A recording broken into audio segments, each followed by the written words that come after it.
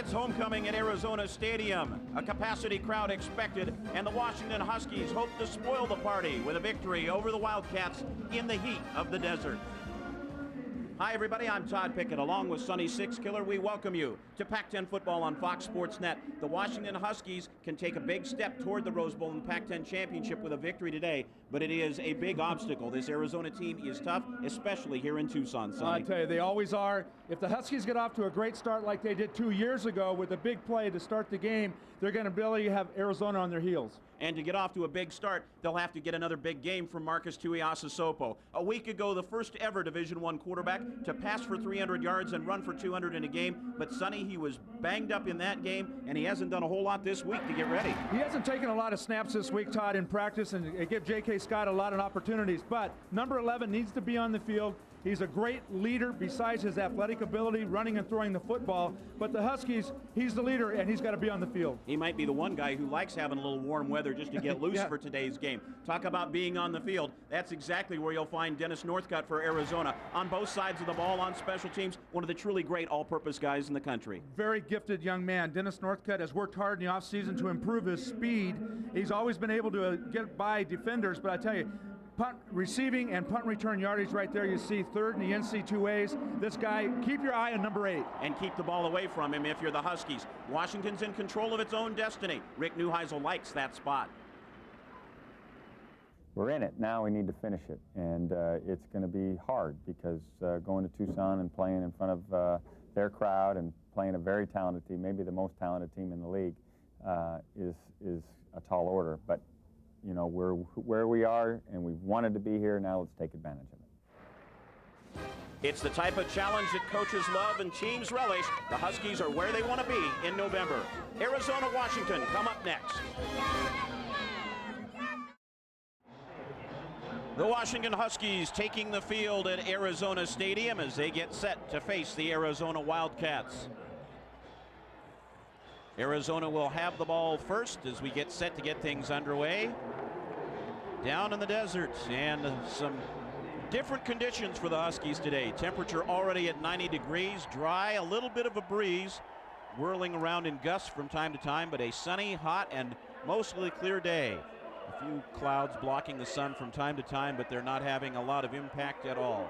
Dick Tomey, the head coach of the Arizona Wildcats, in his 13th season, the dean of Pac-10 coaches, the all-time career wins leader, not only at Arizona, but at Hawaii, one of only 3 coaches to have that distinction. Rick Neuheisel in his first year as the head coach of the Washington Huskies after starting his collegiate head coaching career at Colorado. And I'm sure, Sonny, he would like to see his team for once get out in front instead of pulling that fourth quarter come from behind stuff they have the last couple of weeks. Well, I'd like to stay close with this gifted squad. Bobby Wade, the up man, Larry Kroom behind him as the Wildcats try to disguise their kick return alignment a little bit here. And one thing I know you're going to be interested in watching today is we see Marcus Tuiasosopo warming up on the sidelines, is the range down here in the desert that John Anderson might have on his kicks, not only on kickoffs, but maybe for a long field goal. Well, I think both kickers, and you're right about the field goal, but I think both kickers need to make sure that they, with the skilled people of Arizona, that the kickoffs are long and they're high, and the punting as well is high. The freshman who's taken over the kicking duties the last couple weeks set to get this one underway. And I think that one's high and deep enough. Hip carries 9 yards into the end zone. That's exactly what they want. The Wildcats will start at the 20.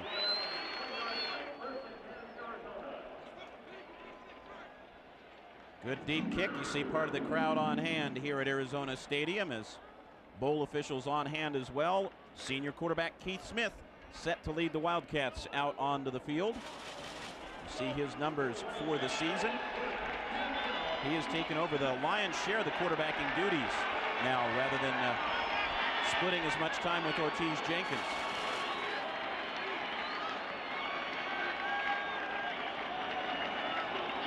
Winnick, the H, back in, and Candidate, who does the majority of the work up front, carries for a little over a yard. We take a look at the starting lineups for the Arizona Wildcats first on offense.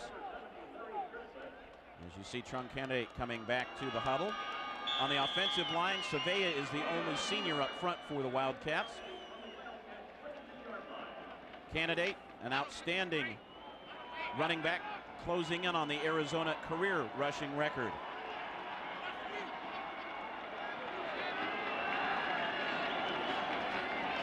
Smith, a little swing for Candidate through his hands, incomplete. And it'll bring up a 3rd down and long for Arizona as we take a look at the starting defensive alignment for Washington. Jabari Issa heading the front 3 today, along with Mulatao, Pele, and Triplett. Huskies hoping to get some more pressure. Lester Towns, the 2nd leading tackler, along with Williams, Daniels, and Farms. Anthony Vontura, big game a week ago with a pair of interceptions. Akbar, Williams, and Smith round out the secondary for the Huskies. Lester Towns right there, Todd. You got to watch out for not only Northcutt as a receiver, but Ortiz Jenkins, the backup quarterback, is split out wide to the right here. Under some pressure, he gets away from one rush, throws, incomplete. Underneath his intended receiver, Manu Maliuna, the tight end. Good pressure on the initial rush from Jafar Williams. Excellent pressure this time. The Dogs getting a good pressure up the side. Jafar Williams coming from the outside, misses him, but Jabari Issa is there to stick those long arms out there to disrupt the throwing of Keith Smith. Joe Jarzinka back to return the punt of Chris Palick, 8th in the conference, with an average of under 40 yards a kick. And before he can take the snap, timeout called by Washington. Oh boy, that is one you don't want to use right there. Only 10 men on the field, and they have to burn a timeout in the opening minute of play on punt return. The series between the two teams in favor of the Dogs, and in fact they've done very well down here in the desert. That last year's score was doing pretty well for Washington until about the last minute or so of the game, and we'll enough said about that one for the time being. But to have that kind of a record here in Tucson is pretty impressive. It certainly is, and it goes way back, and a lot of good games down here. On 2 years ago, the last time the Huskies were in Tucson, it was a big scoring day for the Huskies. Started off with an opening kickoff that went all the way, and it just snowballed from there. You see that big bandage or spongy hip there of Tuiasa Sopo. Hopefully he can improve on those big numbers he's already done this year in '99. Little extra cushioning for the Husky quarterback as he comes to the field. Leading the Pac-10 in total offense starting today's game. Shaw gets the first carry as he starts at running back. And Deshaun Polk leads the tacklers for Arizona. We'll take a look at the rest of the starting offense for Washington. And a switch across the front as Dasky comes in, and he'll see some time at the offensive line position today for the Huskies. Silvers, Ben Ward, and Connell there. Connell a little bit banged up and may not see a whole lot of action either. Todd Elstrom gets the start today as Chris Jurgens still bothered by his sprained ankle. Stevens, Shaw there. Wes Call out on the field as well on the offensive line for the Huskies. And timeout taken by Marcus Tuiasa Sopo. Well, fortunately their first half timeouts, but that's still not what you want to do. We've played 1 minute and 40 seconds, and Washington has had 2 of its 3 timeouts go by the wayside. While we have a moment, we'll take a look at the starting defensive alignment now for the Arizona Wildcats. And again, a lot of youngsters across the front. Joe Tafoya with 6 sacks leads Arizona in that category. Luna, Frazier, and Haroon joining him there.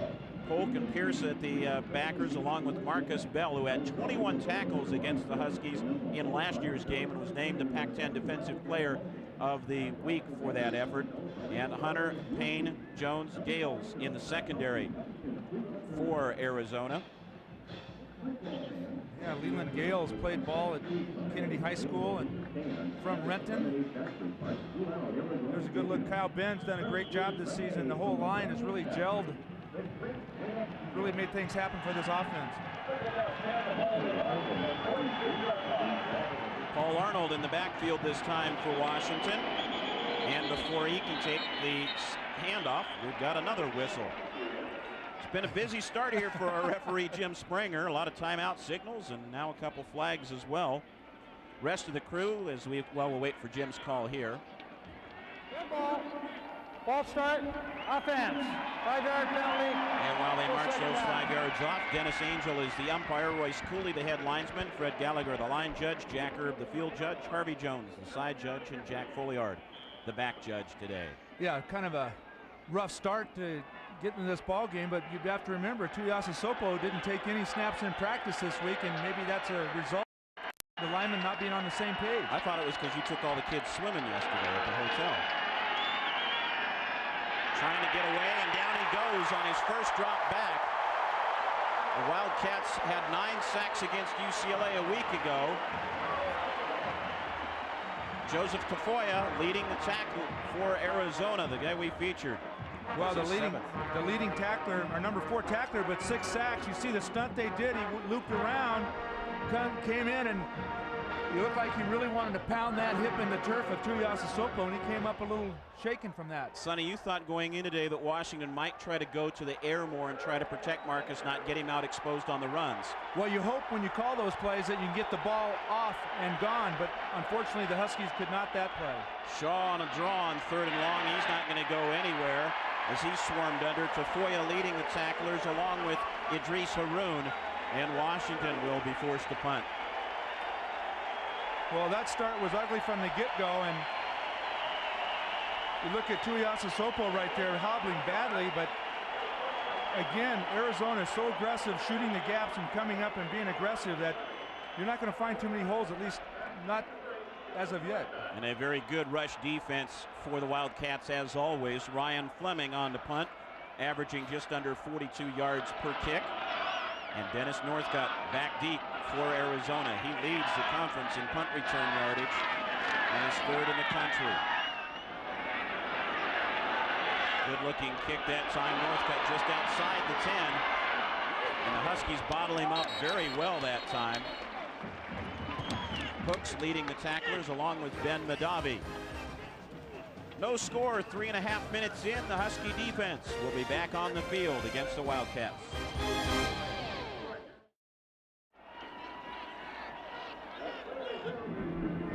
Back in Tucson, no score between Washington and Arizona. The Huskies trying to get a little revenge for a year ago when Ortiz Jenkins scored late on perhaps the play of the year in college football. And yeah, the Huskies still remember that play.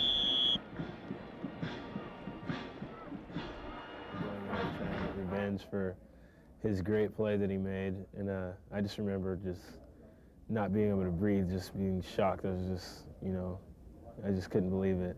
But it was a good play, you know, and he stayed on his feet, and they won. It's been Keith Smith all the way so far for the Wildcats as he pitches to Candidate on 1st down.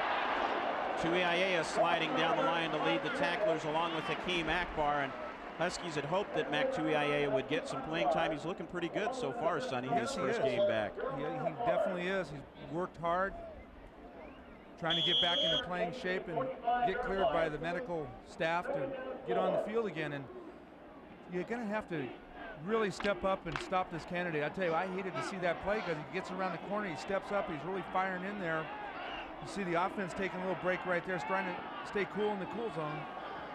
Nice to have Mac as well for added depth in the heat. Little play action again by Smith, trying to screen back, and Candidate has a wall of blockers in front of him, blows by them, and he's down to the Washington 30-yard line before he gets dropped by Levi Madrietta. This has always been a big play for Arizona. They love to run these throwback screens, and you can't ask for a better back to receive them than Trung Candidate. Look at that wall right there. I tell you, I thought he was gone in this play, but watch that hit.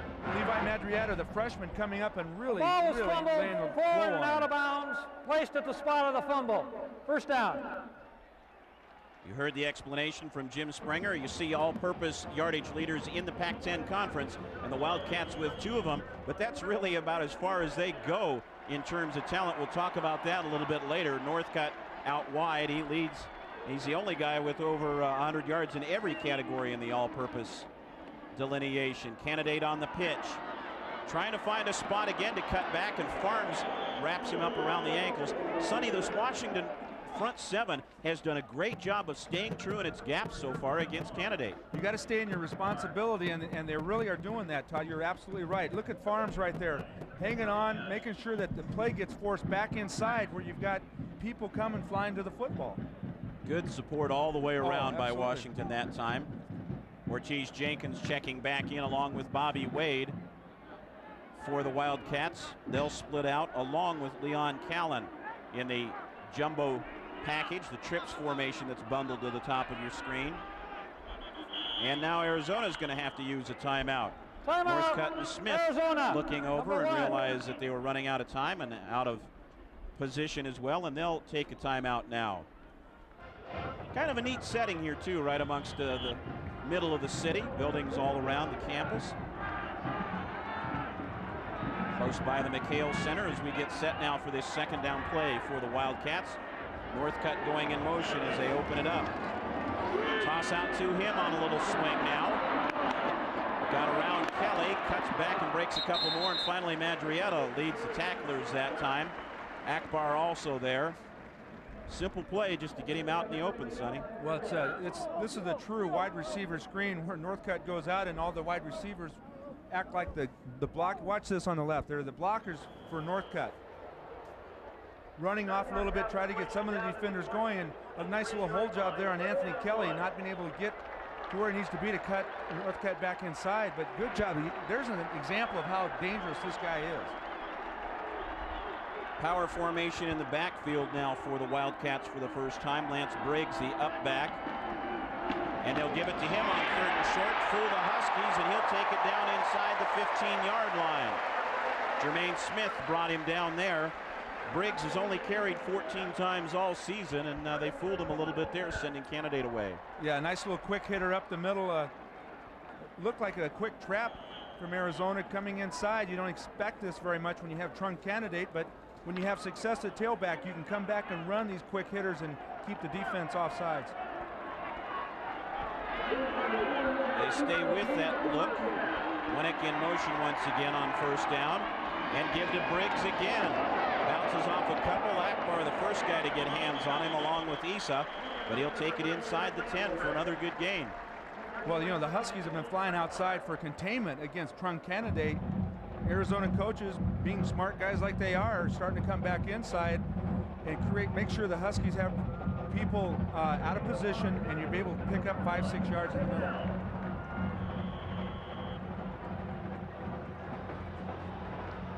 Arizona dominating the first quarter statistically in terms of total offense, but still looking for their first points of the quarter.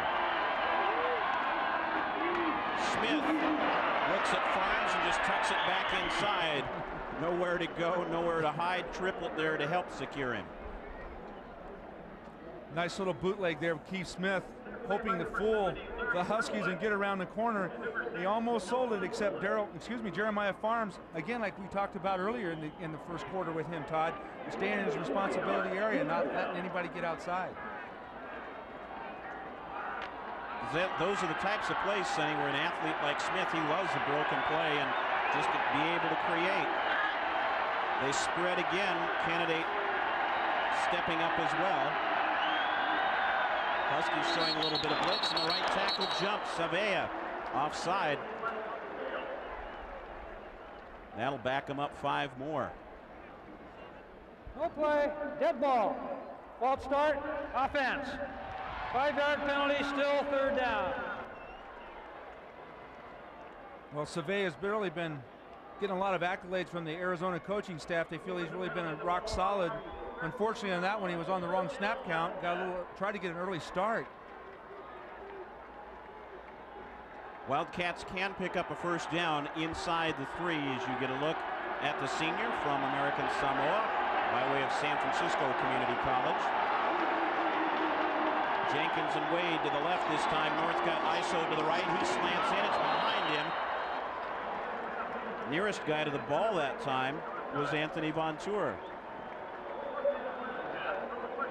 Looked like Northcutt broke off his route on that post a little quicker than Keith Smith wanted him to. And they just weren't on the same page on that play. And Huskies, good job by them to hold them to a field goal attempt. Now the young man who's been meeting a need, you see the numbers for Von Tour there. Sean Keel, a walk-on who nailed some field goals a week ago. This one a 30-yarder, and he remains perfect. Keel had 31 and 33-yard field goals a week ago against UCLA after Mark McDonald started the season by going 1 of 10. So Keel remains perfect. He hasn't hit anything long so far this year, but he gets the first points on the board for the Wildcats. The freshman from Littleton, Colorado makes it Arizona 3, Washington nothing.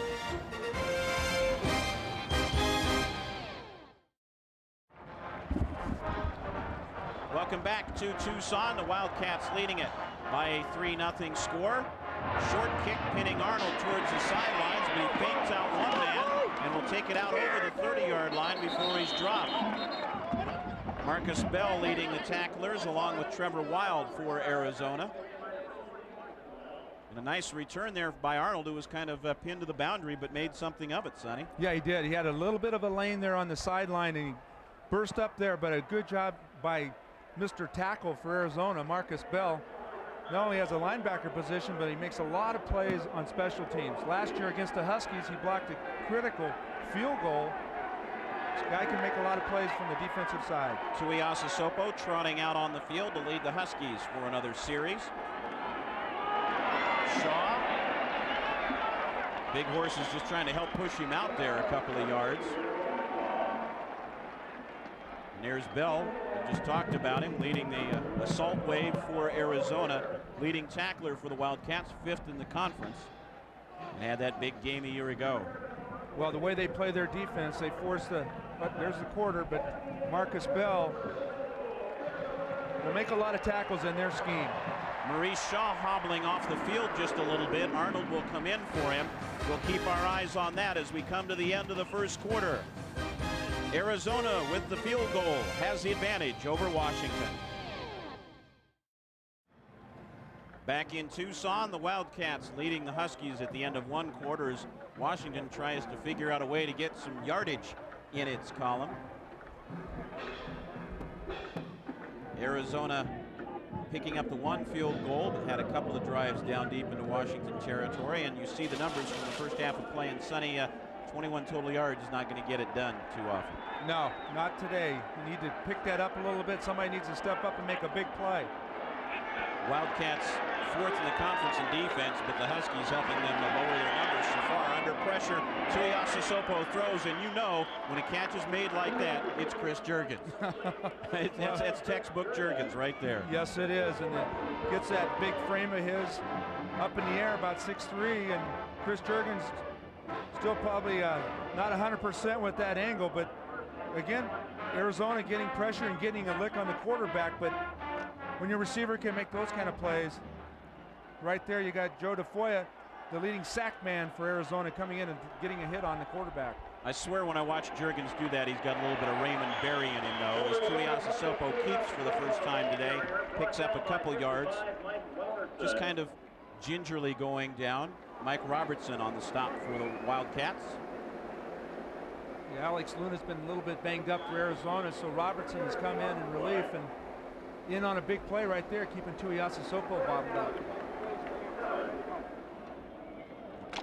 But as the game wears on, I'm sure that the hip of Tuiasa Sopo will get looser and looser with the heat down here, and perhaps you can get that option rolling for the Huskies. Always just saving it for the fourth quarter. Under pressure to the outside. Looker with the catch. Stretches for the marker. He's a little bit short, but a nice grab, and you can see Marcus checking over the sidelines. He is hobbling a little bit. Yeah, you think about the option all the time with Tuiasa Sopo in that hip, but when you plant and throw the football and step toward the receiver, it puts watch his left hip right here. You got to stretch it out to deliver the football, and that puts a lot of pressure on that damaged area. Well, I tell you, Tafoya, he's not real big, so he's got a lot of quicks. He's only about 255 pounds. You saw on that play, he's got it to get around the offensive lineman.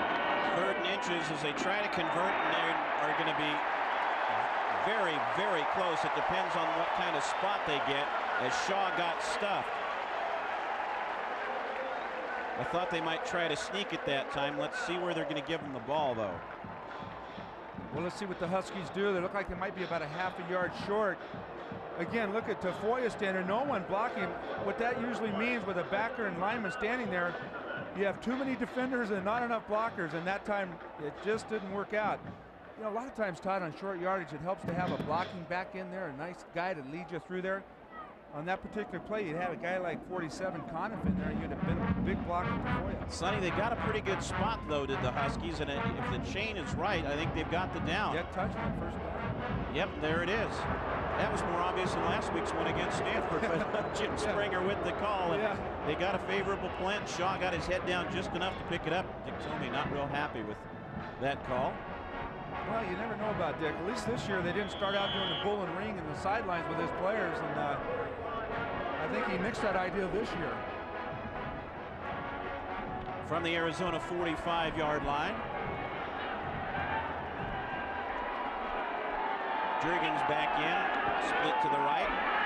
A lot of time this time for Tuiasa Sopo, and another catch by Juergens right at the marker.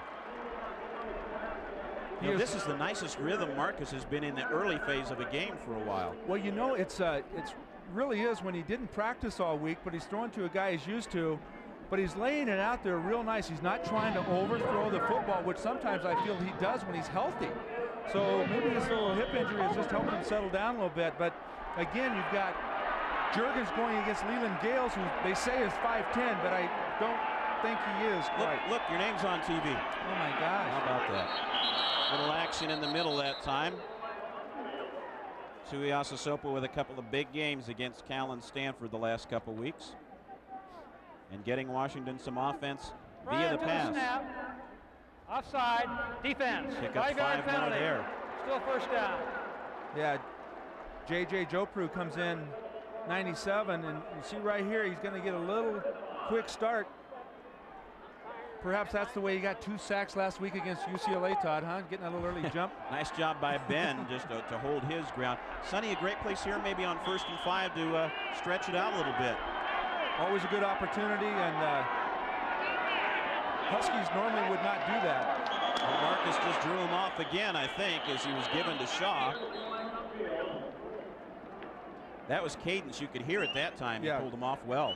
That's what's nice about this stadium. With the high on the other side, you're open and you can hear just about everything.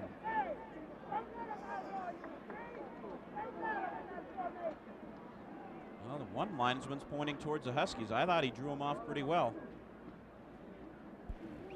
Prior to the snap, dead ball, offside, contact, defense. First down Washington via the penalty.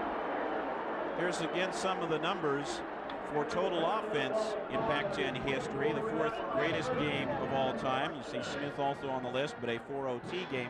But again, as we said, Tuiasa Sopo the first to do it with the combination of 300 pass, 200 rush. Yeah, it's just a great performance, and a lot of good names on that list. And I'm sure the Husky coaches would like to see another performance like that. Yeah, but most of the rest of the ones on that list did it by chucking most of the time. You're right. And we can't get this one underway now.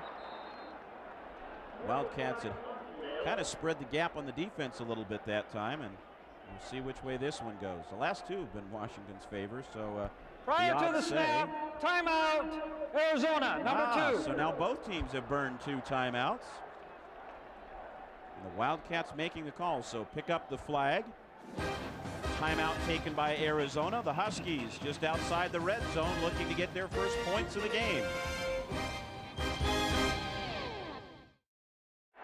Conniff and Shaw in the backfield as we get back to action. Shaw through the right side. One arm tackle away maybe from going all the way. He got held up just enough that time by J.J. Jopru. Bell assisting on the tackle. Nice quick hitter, Todd, that time. And we saw Maurice Shaw go off the field briefly on the last series, but here he's back, and you see the blocking. Ben, Chad Ward, everyone up front getting their guy, and that's what you like to see on a first down run, is nice solid 6 yards. Great job by the line that time. And 2nd and short, you see the drive now of 50 yards after that punt return by Arnold, rather the kick return. Shaw just outside the 10-yard line, and a first down for Washington. good checkoff, it appeared that time, from Tuiasa Sopo.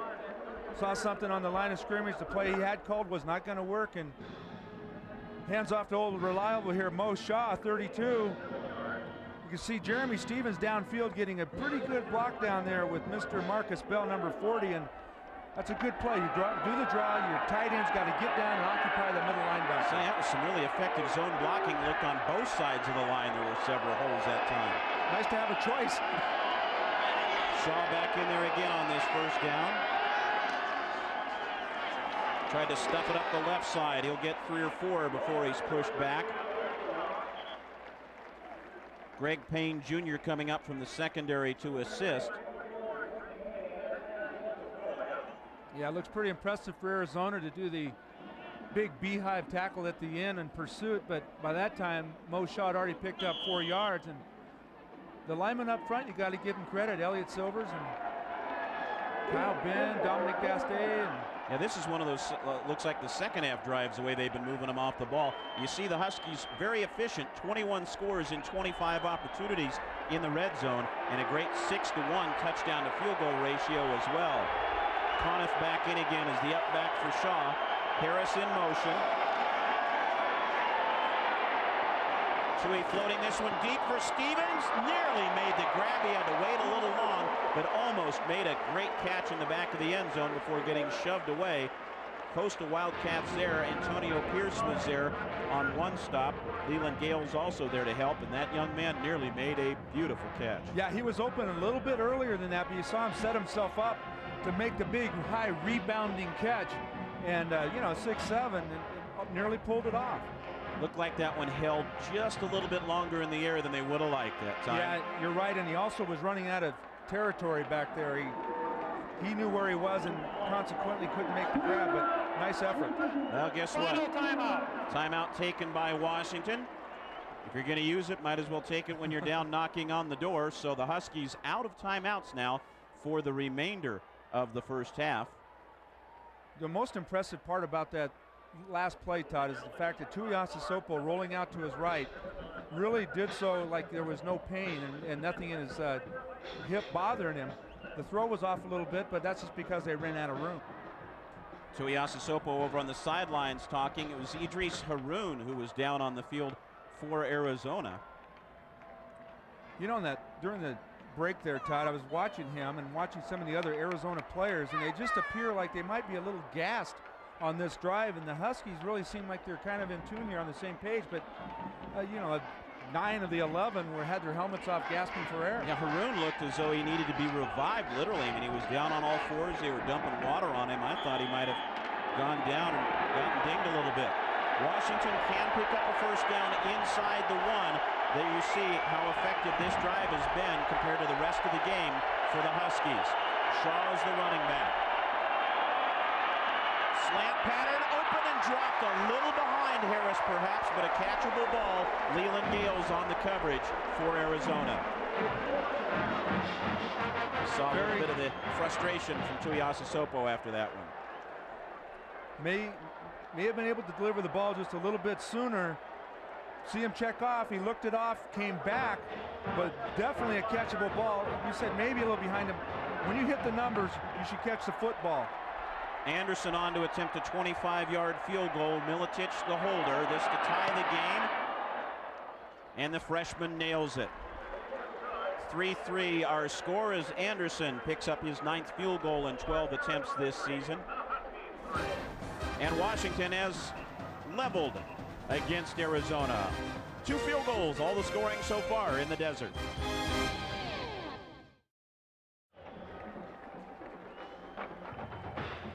Part of the crowd at Arizona Stadium. She's got her Wildcat paw on there. As the U of A and the U of Dub are even at 3-3, and Anderson gets set to kick off.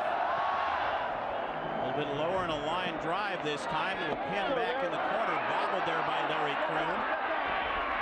And the Huskies stay home and drop him after a short run back. Curtis Williams leading the tacklers that time. The freshman didn't particularly like that boot, but it was effective. I'll tell you this year how many times we've set Curtis Williams in on the tackle on kickoff special teams. on the right corner of that end zone area. That's not a shade of Arizona blue. That's purple. That's Husky fans down in that end zone. I must have asked 100 people if they had their sunscreen. Did you do that whole lecture? Absolutely. The whole sunscreen bit? Oh, yeah. All right, just checking. Sonny's advice to the Husky fans of 99, no sunscreen. Smith throwing, hung up a long way, intercepted. Yep, there was a juggle for it, but it is grabbed by Jermaine Smith. Flag down on the play in the backfield. It should go against Arizona. Sonny, that one held up a long time too, and Smith was able to get under it. Well, I tell you, that was not a very good throw by Keith Smith, not only because it was picked off, but before he threw the ball, watch the cover, watch Jermaine Smith, number 1. His receiver shortens up Northcutt. Now, if Northcutt's going to do that, then you look at the inside. Jermaine Smith has peripheral vision. He sees where the other receiver's coming. Bad throw by Keith Smith. Did Smith throw a little late and allow Jermaine to come back or not? Misread it, and Yep. I just didn't like the scheme right there. If you have a guy down like Dennis Northcutt, why run him down 5 yards and have him turn around and stand there? You see the numbers for Jermaine Smith. His return to the secondary has been another one of the keys, allowing Washington to be a lot more stronger, a lot aggressive back there. Came back against Cal, injured, and played that fourth quarter. Very big part, very big leadership part for that defense. Kept hobbling around the field just trying to shake off that ankle, but he stayed in and he's been a key ever since. See if Washington can profit from the turnover. They're looking to do it quickly. Tuiasosopo will scramble away. Still staying home instead of running. Finds Harris inside the 5. Touchdown, Washington.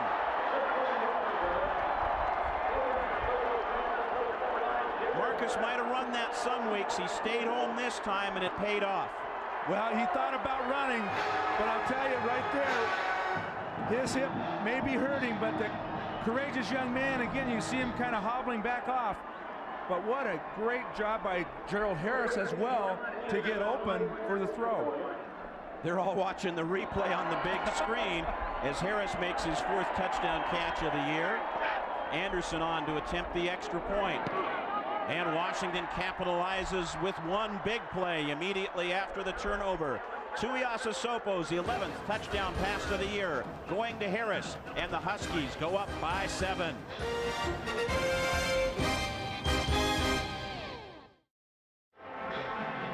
Washington jumps out in front. Rick Neuheisel with a little encouragement there for Harris after his touchdown reception. The junior from Kent Meridian calling in his 4th grab of the year. And you know he came back to help out his quarterback on that play as well. Anderson set to kick once again. This one much truer and deep. Wildcats will down it there. They'll start at the 20. Let's watch the play. Right here, Tui was looking to the right to go to Chris Jurgens in the corner. He was covered, but look at that quick reaction to get outside. He sees Gerald Harris, who had broken out to the outside to his left. Good job by Gerald Harris to come back after the drop touchdown reception, to come back with a good big play. So he's pretty much a decoy in this play until Tuiasosopo breaks out of the pocket to his left. Then he becomes the number 1 receiver. Good avoid right there, and then dives into the end zone. Good comeback play by Gerald Harris. Big play right there. Just heads up football to get the touchdown for Washington. Smith trying to run a little option. He'll get hauled down by Issa. 5-yard loss there, and the big man came storming through. Keith Smith may not get back up. If he does, it's very slow. Take a look at Tuiasosopo on the sidelines, but should be looking at Jabbar Issa right here, 95 on the left side, just blows by his blocker. And I'm not quite sure what that play was. It's kind of like a sprint out option of some sort. And all 3 of the front guys had gotten through the interference. Triplett and Mulitalo Paley were also there.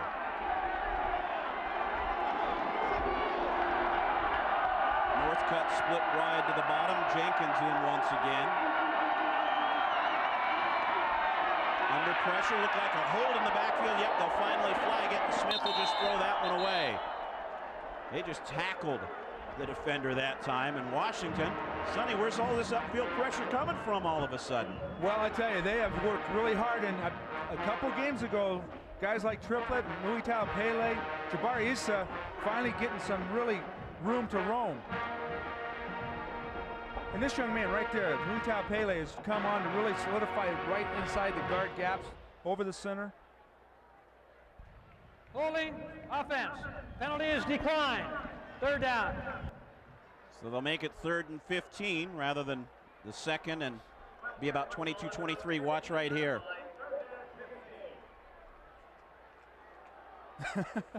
I don't know. That's a tough one to really distinguish right there. Is Bruce Wiggins, the center, made probably the first tackle of the year for him on Mulitalo Pele. And he's a very fine player for Arizona.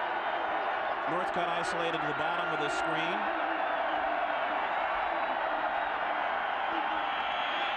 Smith looking long, come back, and it's behind Ortiz Jenkins. Defender had lost his footing, but Smith's pass was way behind Jenkins that time. Well, there's Todd, one thing, Ortiz Jenkins, great athlete. There's no question about that. Everybody saw the leap from last year. Very talented quarterback, running and throwing. But he is really not a true wide receiver. Running that route and being on the same page with your quarterback. Jarzenka back in punt return once again. A little pressure by Washington. Nice high kick. Jarzenka trying to run it again. He'll get dropped for about a 3 or 4 yard loss. Guess who's there? Bell leading the tacklers once again. But the Huskies in pretty good field position and with a 10-3 lead over the Arizona Wildcats. Marcus Tuiasosopo with the quick strike the last time, and you know, it's just like a week ago, Sonny. We know that he's banged up and bruised, but he continues to play well. And I got bad news for you, Six. He's just slid past you. This is for single season offense, and consider Marcus needs just a little over 200 yards today to become the all-time single season offensive leader, and we still got a couple weeks to go after that. Well, I hope he surpasses that by a long shot today. Halftime, maybe? Yeah. Hey, it couldn't happen to a nicer guy, and there's some great names on there, starting with Kerry Conklin. Just a great bunch of guys on that list. That's the point where you're supposed to go. Well, of course, we didn't throw the ball as much back then as they do today.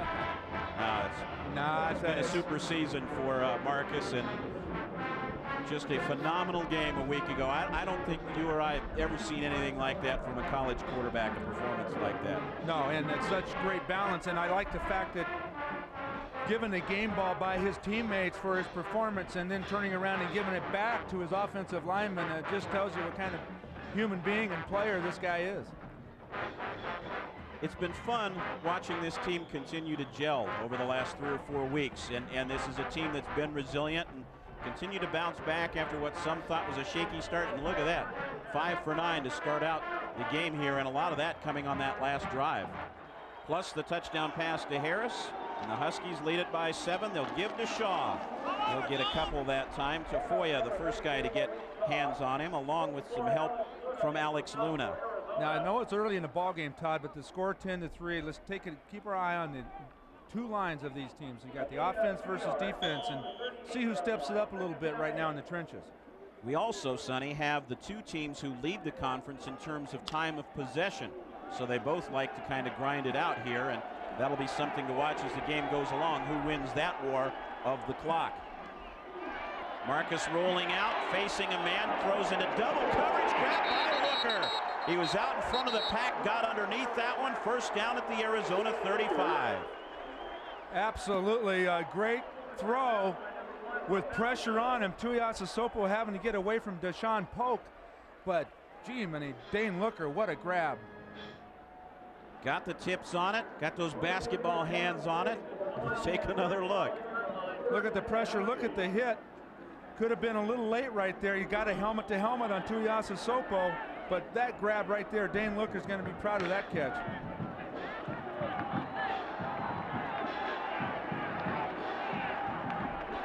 Could have been a flagging now. I was going to say, if we keep up, we're going to start calling him Balboa. He keeps looking over to the side and pulling himself up off the deck.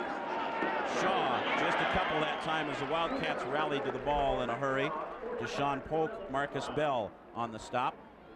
Well, the two leading tacklers for Arizona filled that hole quickly. Looked like Maurice Shaw had a little bit of room to run out there, but number 40, Marcus Bell, 21 tackles. That's a lot of tackles in a ball game. He was named the Pac-10 Defensive Player of the Week for that performance a year ago. Huskies now taking the advantage in total offense over the Wildcats. And it's been really Washington's football for much of this second quarter. Down the line, Paul Arnold. Good screen block by Looker, but Bell got out there in a hurry to make the stop. Well, you've got to do a few of these plays. I know you and I were talking before the ball game that just a little bit of that option will keep them honest on defense, and then throw the ball downfield, come back with a little bit of that dive play with your big running back, and keep them guessing a little bit. You got to mix it up. They've got this Wildcat defense on their heels right now. Yeah, they're doing a little substitution on the D-line. Wildcats have also lost Keone Frazier, one of their starting defensive tackles. He's out with an ankle injury the rest of the way. Little slant grab by Juergens, first down, 21-yard line, and he beat Leland Gales again. They've been picking on that cornerback.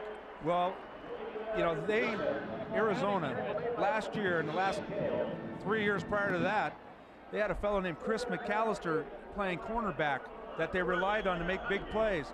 Leland Gales, good ball player, is not a Chris McAllister. Looked like Antonio Pierce, the backer, kind of took a bad route in coverage that time as well. Juergens over on the sideline having another big afternoon. Timeout taken by Arizona. Final timeout. Well, folks, we can't take any more timeouts from either team. We're midway through the second quarter.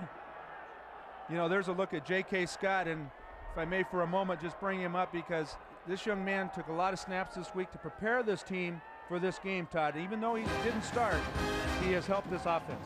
An unsung hero thus far. He's also signaling the plays into Toohey. The Huskies trying to add to their lead.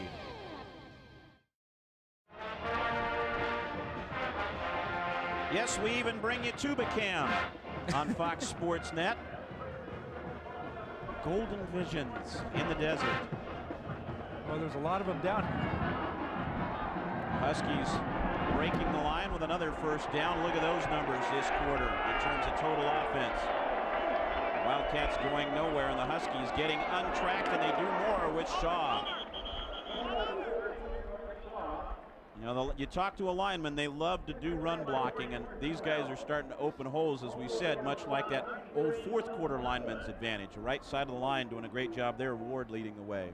Well, if you come in throwing the football with a passing attack against Arizona, they're going to use their quickness on you and get to the quarterback. Last week, UCLA, they got after the quarterback 9 times in sacks, which resulted in, what, a minus 31 yards rushing. Today, the offensive line for the Huskies so far is handling them pretty good. 4 more yards for Shaw. He has 31 on 11 carries thus far. Conniff kind of tripped over the pile that time, but falling forward as he always does. Haroun leading the Wildcat defense on that one. There's another workhorse, Pat Conniff, an unsung hero. A lot of blocking, an occasional carry, a reception rather, every once in a while, but nobody works harder play after play. 4 wideouts this time for Washington. They need to get inside the Arizona 11-yard line. Shaw the single back. Wildcats stunning. They were offside again.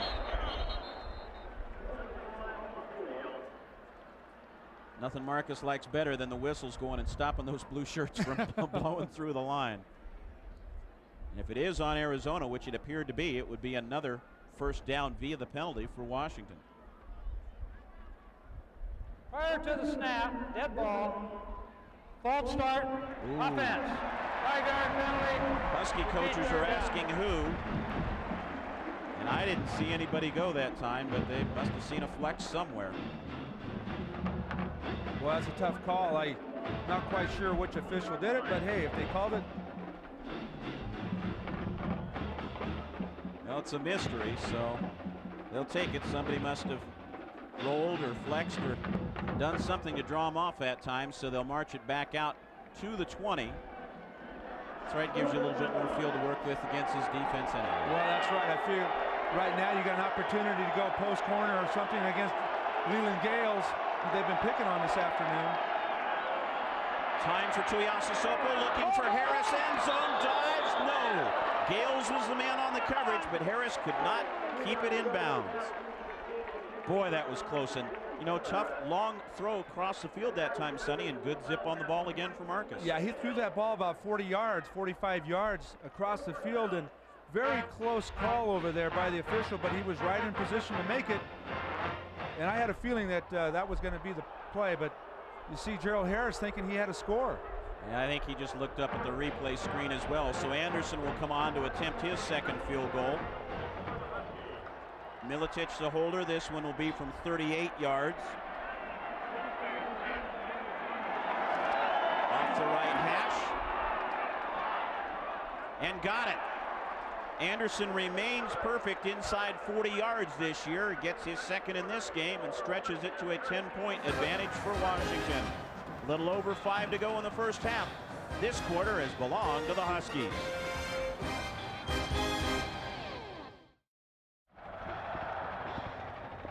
Ball in the air from Anderson. This one's going to be brought back by Larry Kroon. Kelly meets him, takes it down about the 25-yard line.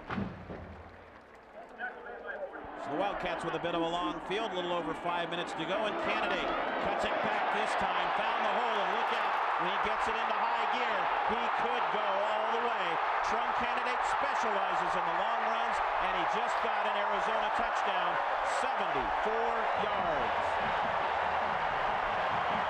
Well, they'd stayed true until that point, Sonny, but he was able to cut it back. Well, I'll tell you, it's Trung Candidate, you're right, he's had, I don't know how many 100-yard games or how many long touchdown runs, but it's all mainly on cutbacks. And that time the Husky defense was in position to cut him off on the toss sweep, and he does a great job that he's done in his career. Cut back against the flow, and nobody's there, and he outruns everybody. And just like that, Arizona's back in the ballgame. Here goes Candidate again. Look at the flow right there. Everyone trying to cut him off. Daryl Daniels, you see him get cut off, and Trung Candidate is off to the races. And once he gets out there, it's tough to catch the young man. Right there, he cuts back. And you watch Daryl Daniels on the left. Marcus McFadden had a hand on 24. Daryl Daniels, who was coming up to try and make a play, but couldn't get there, and Trung Candidate goes all the way. Yeah, the list of his long touchdown runs is just phenomenal, as he's posted almost a couple dozen of 35-plus yard runs. And once you get him a step or so, there you see he was nowhere statistically until that run, and then he makes the numbers look great with one long one. That was his, what, 13th TD over 45 yards. Yeah, his average on his scoring touchdown runs is in the 40s, which is phenomenal. And they said it's been lowered because he's been the short yardage guy as well this season, which normally he hasn't been. Mark McDonald set to kick off for the Wildcats.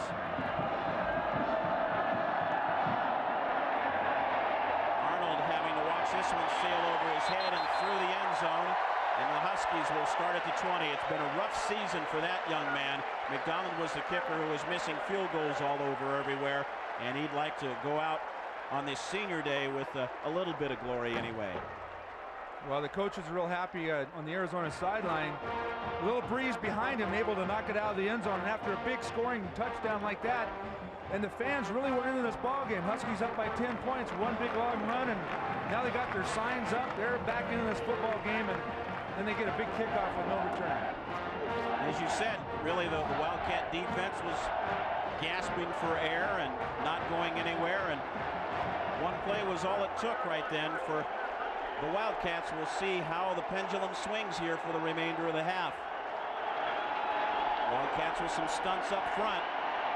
Marcus well protected, then it finally breaks down, stays on his feet, puts this one up for grabs a little bit, but throws it wide. Austin was the closest man to it, and he's living dangerously, but he's staying away from the guys in blue so far. Yeah, it's amazing that he could have the movement in his legs and his hips to get away from the rush coming from Arizona.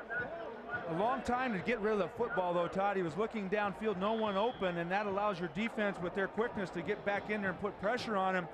Well, boy, how he got out of there, I will not know, but did the smart thing here, threw it towards the receiver, but not catchable by anyone.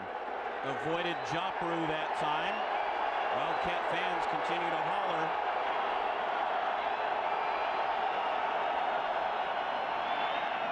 Quick out, Jurgens stretches. He'll be short of the first down out at about the 28-yard line.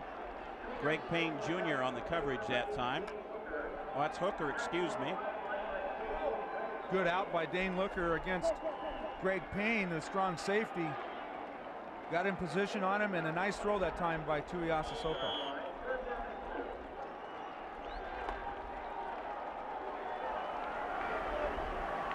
Great possession catch and gives Washington a 3rd and short that time as Looker hauled that one in.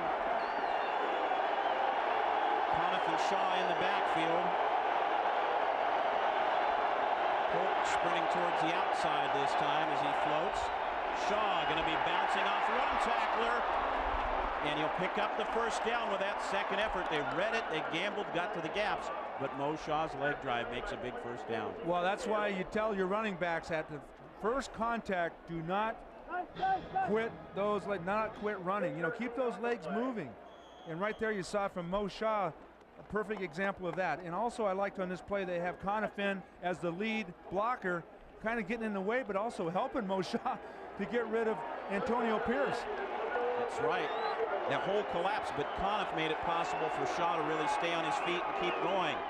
Shaw once again picks up positive yardage coming up from the secondary. Rafael Jones on the tackle. Those 3- and 4-yard chunks just keep advancing the guys in the white shirts. Also I love running clock. I love downfield. Dominic Dasty was down there on Marcus Bell, 10 yards from where the ball ended up, and that was a nice little job by the Husky offensive lineman. That'll help him grade out a little bit more. There a look at Rafael Jones.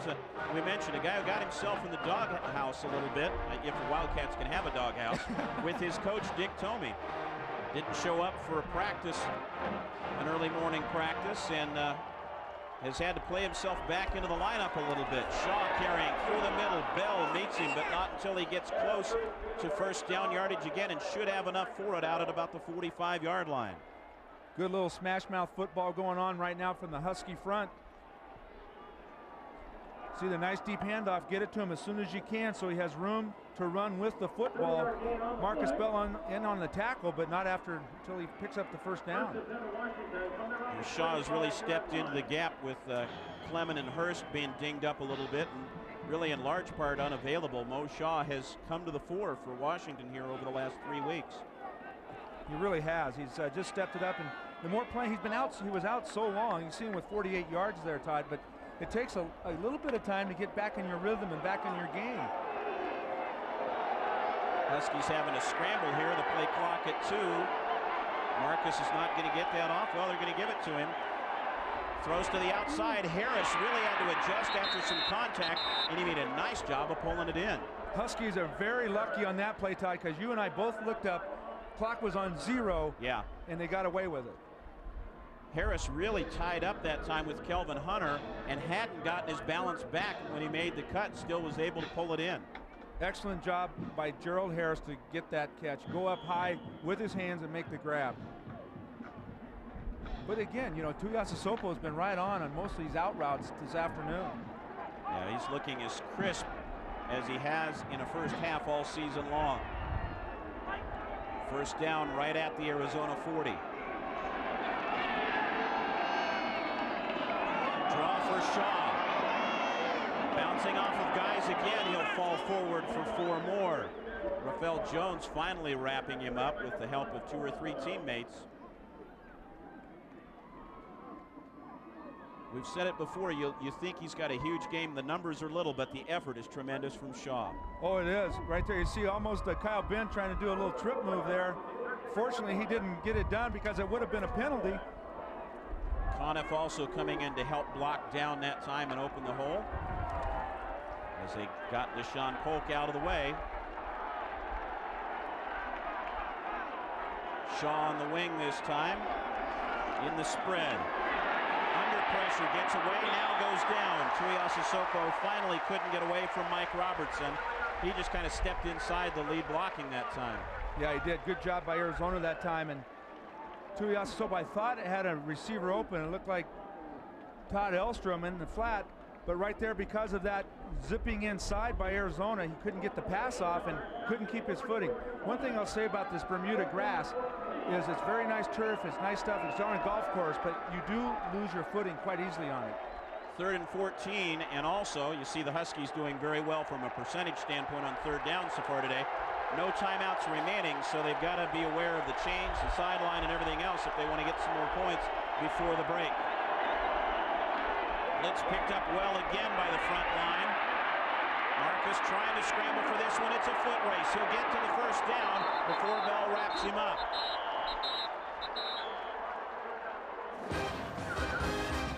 First down for Washington, closing seconds of the first half. We'll have more action from Tucson right after this.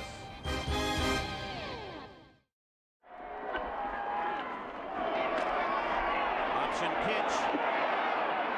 Arnold getting outside, breaks a couple tackles, breaks another, he's going to go. Touchdown, Washington. The freshman takes it into the end zone for Paul Arnold, his first rushing touchdown as a Husky. Washington has a man down on the field. No, it's Bell, actually, the Arizona linebacker, who picks himself back up. Good second effort by Arnold as he refuses to go down, unsportsmanlike against Washington. Touchdown counts.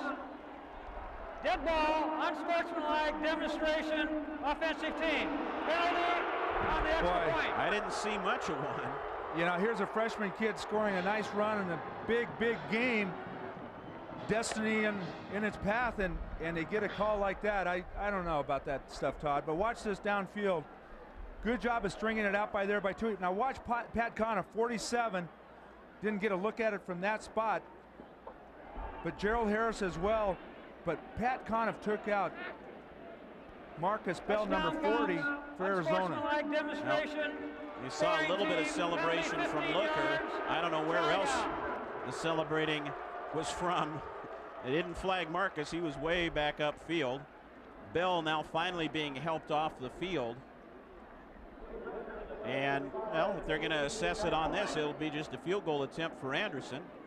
And I don't think the Huskies will be too perturbed with that unless it doesn't go through the uprights. This will be about 36 yards out now. Milicic counting heads. Arizona sprinting a player on the field late. And blocked. Can be run back. Now it might make a difference. A 9-point lead instead of a 10, and they look to be a little out of sync on that one. They weren't ready for that at all, and Mr. Blocker, Peter Hansen, 14 for Arizona. The Stork comes through with a big, big play for Arizona. Paul Arnold had the 100-yard kickoff return earlier in the year. Now has his first rushing touchdown at the University of Washington. And closes out another big drive for the Huskies. That scramble by Tuiasosopo on the 3rd down kept the drive alive. No question. Outrunning Marcus Pope to pick up the 1st down, and then Pope himself on the next play on Paul Arnold's touchdown run. Blocked by Pat Conniff, and 2 plays in a row, knocked back. Anderson getting set to kick off. Wildcat run back team, return team now coming out onto the field. Keep our eyes out for Bell in the second half as well. He was down for a long time before he finally picked himself up and went off the field. Yeah, sorry, Todd, I meant Bell. There must be a Marcus Pope out there somewhere. Bell is sitting over on the bench on the far sidelines, but appears to be okay as Anderson gets set to kick off. Wildcats flip-flop return man. This one's gone deep, and it's not going to come out. Kroom took a look at that and said that was enough. And we'll see what the Wildcats do with 39 seconds remaining here in the first half. A youngster from Kennedy High, one of the talked about recruits nationally, not just for the Husky program, and he's got his first rushing touchdown. Well, I kind of look for Keith Smith at 39 yards to pick up a couple big plays here. He's got Ortiz Jenkins in there as well at wide receiver. You stop and think about it, Sonny. If it weren't for that long run of Candidate, the Wildcats have done nothing in this second quarter of play. That's absolutely right. Trying to find someone, incomplete through the hands of Jenkins as he'd cut to the inside. That one long run, that one instant, as it happens so often in sports, one team dominating, continuing to do well, and one brief flash can undo some of it, but the Huskies bounce right back with that touchdown drive. Their look again at Jenkins. He's at the top of your screen on second down. Huskies just trying to play a little bit of prevent right now. Smith trying to step up, throws a wobbler, picked off. Akbar, second interception of the half. He has it at about the 35-yard line. The Huskies don't have any timeouts, but can still throw a couple good sideline routes and get Anderson within range. And that's the second pass this afternoon in this first half that Keith Smith has just thrown it up there for someone else to pick it off. First interception of the year for Akbar, the 12th for the Husky defense. Yes, he had a twin set on that side. Northcutt just settling in the middle, but it looked like he was going downfield to Wade, and Akbar right in perfect position for the underthrow, way underthrown football. And Northcutt already over 1,000 yards receiving this season and 64 catches. Pretty quiet this afternoon. Been very quiet. He averages over 7 catches a game, and they have not gone to him much. All right, 23 seconds remaining. Do you go for broke here on one play, or do you try to get down and get 3 more on the board? Let's see. They're going sideline, too tall that time for Juergens, and that's really about the first bad ball that Marcus Tuiasosopo has thrown in the opening 30 minutes. Well, in the shotgun, you know, you've really got to make sure your feet are set and whip those feet around so you've got them going in the right direction. See the bandage around the leg of Chris Juergens as well, as he takes a position back on the sidelines once again. Elstrom will come in for him. Both backs in a protected blocking situation there for Marcus Tuiasosopo, and a whistle away again. Yeah, but a little quick start. Westcall getting some playing time this afternoon for Kurt Cannell, who's out. Trying to get a little quick start over there. Good ball. False start. Offense.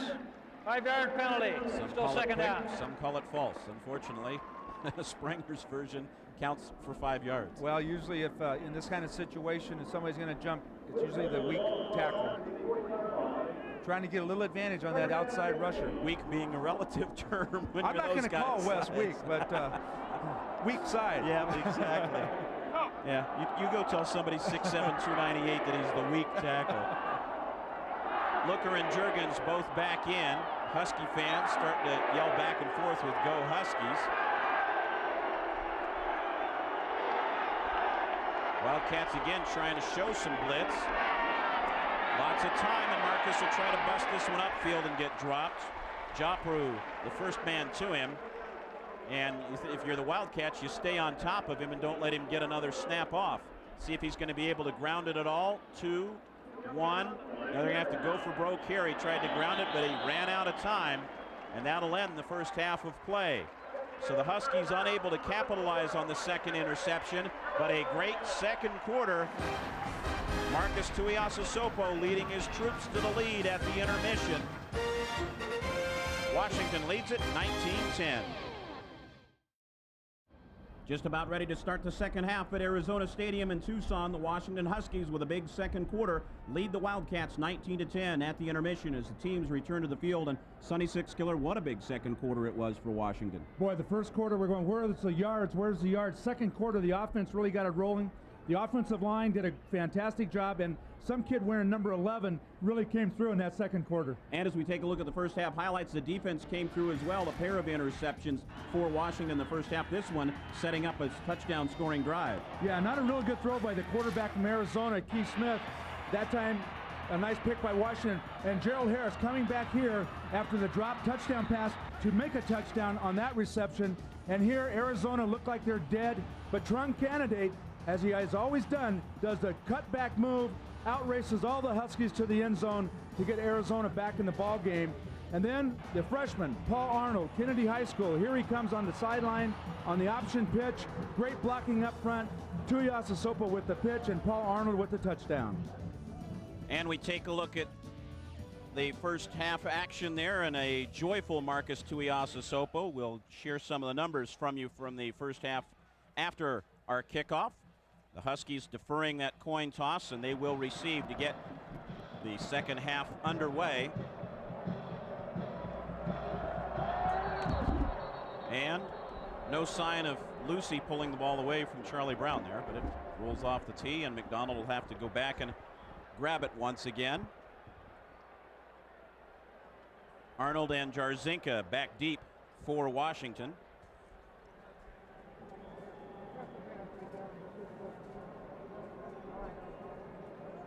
As we mentioned, the breeze has been swirling around the stadium, different directions, and just enough that time to knock the ball off the precarious perch on its tee. And now McDonald high into the wide side toward Arnold. From the 3. Nice boundary kick by McDonald, and he's knocked down right at the 20-yard line. Lance Briggs with the tackle for Arizona as we turn to our first half numbers. And with that outstanding second quarter, Washington going over 200 yards of offense in the half. Arizona with not much except for that long run by Candidate. That's nearly half their total for the first half of play. And Arizona with those 2 big turnovers. And the time of possession, Todd, 7 minutes, advantage to the UW. Shaw grinding it out. Candidate got 74 of the 83 on just 1 run. Yeah, you kind of like that 5-yard carry for 9 yards on the other runs. Tuiasosopo looking to throw, first down. Shaw incomplete, and hiding back there was Haroon. He nearly was able to step in on that one, and a case there of maybe Marcus not spotting him again. Yeah, I thought that Marcus was first looking towards Dane Looker in the middle of the field. Elects to go outside to Mo Shaw, but Haroon did a nice job of getting out in coverage. During the first half, you and I talked about it during a break. This is maybe the nicest job that Marcus has done of looking away from receivers and then coming back. Yes, we saw it earlier on the drop pass, unfortunately, by Harris, but he did look away, came back to the receiver, which is just another step for the young quarterback. Conniff, the single running back, as they put 4 in the pattern. Tuiasosopo keeping Bell there to meet him after about a yard. So Bell apparently none the worse for wear, and Marcus got himself recharged during halftime. Well, he also got himself recharged on that because Bell was in position to really put a big lick on him, and he did. Drove him to the turf very hard. See Wayne Moses, the running back coach, signaling some plays in there. So a 3rd and long situation in a place where the Huskies don't want to really put it up for grabs against this Arizona defense. Juergens and Looker coming out to the bottom of the screen. Harris up to the top. They pick up the stunt. Juergens, he's going to be a little short of the first down, though, with that dive. They'll spot him about a half-yard short. He needed to get right to the 30. And he's hobbling a little bit as he gets up. Well, he's got that tender ankle, but a nice grab. They are going to call it 4th down without a measurement here. Just not quite able to stretch out there before his knee was on the turf. Well, they had the punt team collected, hesitated. Now they send him on. We get another look at the sophomore from Olympia, just inches short. Relatively quiet first half for Ryan Fleming. And Northcutt back set to return once again. So statistically from the 29-yard line with this punt. A low roller. Northcutt's going to take advantage of the bounce, but he won't get anywhere. Good downfield coverage that time for Washington. Elstrom there, Madavi there, Williams also there.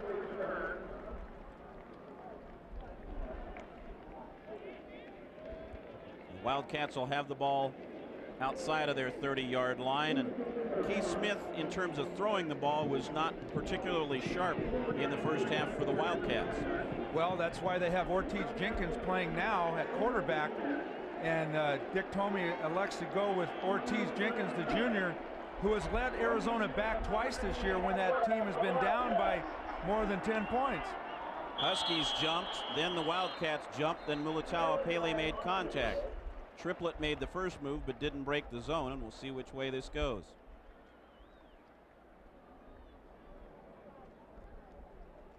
going to go against Washington, it appears. Flag ball play, offside, offense, defense. 5-yard penalty, still first down.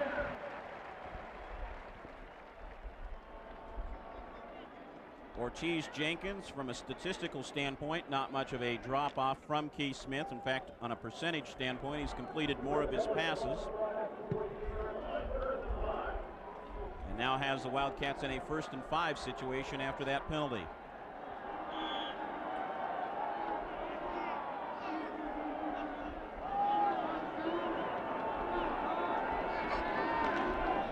Candidate met solidly by Towns. He came in a hurry to fill that hole. Yes, he did. He came flying up there with authority. Really got a good hit on him that time. And I was watching the linebackers on the backside that time, Daryl Daniels in particular, see if he stayed home on that play to avoid that big cutback that Candidate likes to do. You think the backers might add a little talk about that at halftime as we get another look at Ortiz Jenkins, the junior from Jordan High in Long Beach, California. 3 rushing touchdowns and a pretty decent ratio of TDs to interceptions.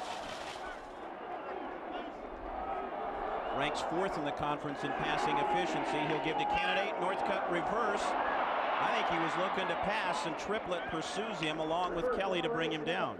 Well, it appeared to be a reverse all the way, but not a very nice mesh between Candidate and Northcutt on the handoff. Little shaky. You see here Ortiz Jenkins, he's going to hand off and then go out and look to block the end man, Kelly, which he tries to do, but good job by the Husky defenders to ward it off and make the play. I thought Northcutt was looking downfield there when he grabbed the ball. He has an 80-yard touchdown run. We showed earlier those all-purpose yards, Sonny, with Northcutt and Candidate ranking 1st and 3rd in the conference. From an offensive standpoint, they're about all that Arizona has. They give to the up man this time. Lance Briggs, the ball carrier. But it's interesting, Northcutt is the leading receiver and the 2nd leading rusher. Candidate is the leading rusher and the 2nd leading receiver. That's not a lot of balance. Yeah, they are the main men. But watch that, Larry Triplett getting a little bit of a double team there, but good blocking up front. And that's the play in the first half where Arizona, you think they're going to go outside, and they sneak that fullback, the big fullback, right up the middle. The Wildcats get enough for the first down. Triplett's been playing real well last 3 or 4 ball games. Husky defenders all pointing that time as the right guard moved. You can hear Lester Towns all the way up here, Todd, signaling out the right guard for Arizona, moving a little early. Red ball. False start, offense. 5-yard penalty. Repeat first down. Shadows starting to lengthen here at Arizona Stadium. A little chat amongst the Husky defenders as they'll have a 1st and 15 now. Marvin Brown checking in at a wide receiver spot for Arizona, along with Melosi Leonard, a couple of reserves in for the Wildcats. Candidate tries to pick his way through. Daniels threading through to get him, along with Smith and Farms. Yeah, excellent job, Jeremiah Farms. Responsibility again is not to let him get outside, force everything back inside, and let your pursuit make the plays. Excellent job, Jeremiah Farms and the rest of the defense on that play. Got 5 back on it for a 2nd and 10 situation as Northcutt checks back into the lineup. There's the streak Sonny referred to earlier, and when you get 74 on one snap, it's pretty easy to get to the century mark sometimes. Makes it a lot easier. He's had an impressive season. From the gun, Jenkins looking over the middle, finds the big tight end, Malamaliuna. All the way down inside the 25-yard line as he makes his first contribution of the day. Jermaine Smith on the tackle.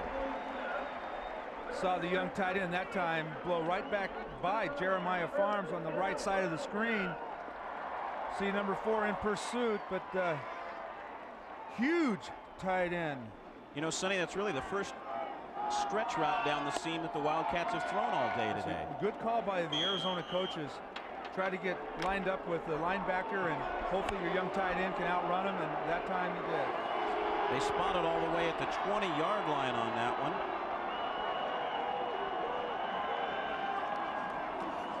Candidate out of the eye. Over on the left side. Towns meets him after 5 more. They're really running behind Stephen Grace this time. There is a flag on the play, but Grace, that left guard, has been the lead blocker for Candidate here in the third quarter. Well, they go to that short side of the field. You've got Freitas and Grace, 77-66 for Arizona, that both went to high school at Kamehameha in Honolulu.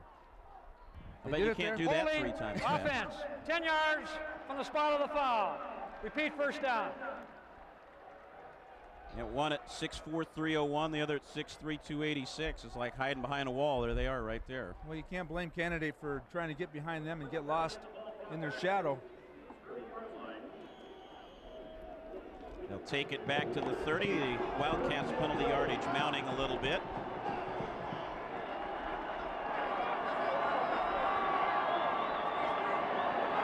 Leonard, the motion man. Under some pressure, throwing underneath for Northcutt. Dropped for a loss by Kelly. AK-47 strikes. Boy, that is, I tell you right there, big rush put on the Arizona quarterback, and Jenkins with a rifle arm got it out to Northcutt, but Anthony Kelly was in great position. Look at the pressure. Muitala Pele was up there right in the middle, and great coverage. I'll tell you, that was just a little glimpse of the strength of Jenkins's arm. Good job by Kelly to get inside that time. Beat the block, made the stop on the dangerous return man for Arizona, the guy with the wheels. All day for Jenkins underneath, off the hands of Candidate, incomplete. Farms putting a little lick on him for good measure. Yeah, he was going to go, Jenkins was going to go to Candidate all the way on this play. And Candidate not able to hang on to this ball, which was rifled into the middle.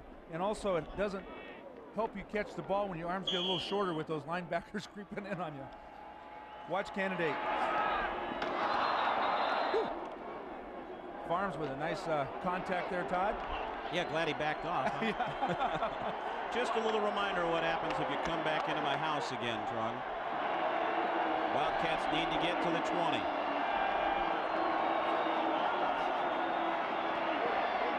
Jenkins going to scramble, make it to the 10 is where they need to get. The back marker at the 20, and he'll be dropped. Good contained downfield that time by Washington. And good coverage downfield by the Husky defensive backs. Everyone had their man. No one was open downfield. You see Kelly dropping off in coverage from the weak backer position, and Ortiz Jenkins is dangerous right there, but what a great effort to get his feet and knock him down. Now Sean Keel, the walk-on, set to attempt his really first true long field goal of the year. This one would be a 37-yarder, or 47-yarder rather. They spot it at the 37, has the distance but misses it. The Huskies bend but don't break, and the Wildcats still can't find anybody to really nail the long boots. Well, that's what the defense wanted to do coming into the ball game is, hey, you got talented people from Arizona. You got Candidate, you got Northcutt, you've got the 2 quarterbacks. Hey, you're going to get some yards, there's no question. But they haven't broken, Todd, and that was the key word you just said. Midway through the third quarter, Washington leads it by 9. Back in Tucson, Washington hanging on to its halftime lead over Arizona, 19-10. Husky defensive unit doing its job. Rick Neuheisel is in the position where he wants to be. You're contending for not only a bowl game, but for possibly the conference championship. And of course, a win today for either one of these teams would make them bowl eligible. 6th win of the year for the Huskies in Arizona because they played 12, needing a 7th victory to be eligible. But I think he's thinking beyond any kind of bowl in particular. He wants to shoot for the top, and again, it's all in his team's hands, and that's the best feeling to have when you enter the final weeks of the season, not needing help from anyone else. Well, the Huskies gained 10 yards and acreage down there at holding Arizona with that missed field goal starting from the 30, Todd, and that's a big boost for that offense to start in this third quarter.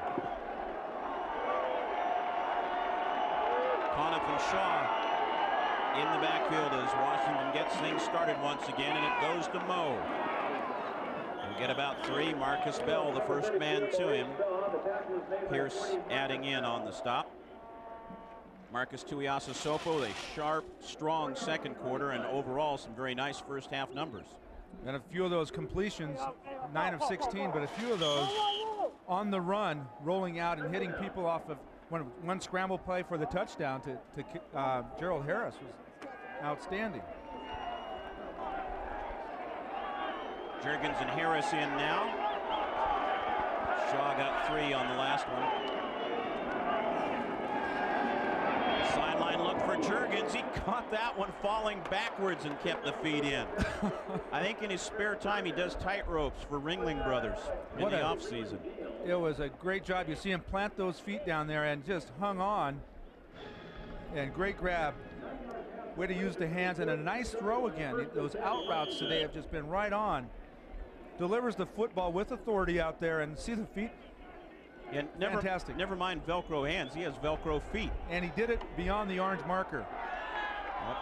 Great pattern run and establishes another first down for Washington. Draw. Arnold breaks one tackle, can't shake free of the leg grasp that time of Joe Tafoya. Joe Tafoya got good penetration that time, right up the gap, center guard, and looks like someone's down there. Looks like J.J. Joe Prue.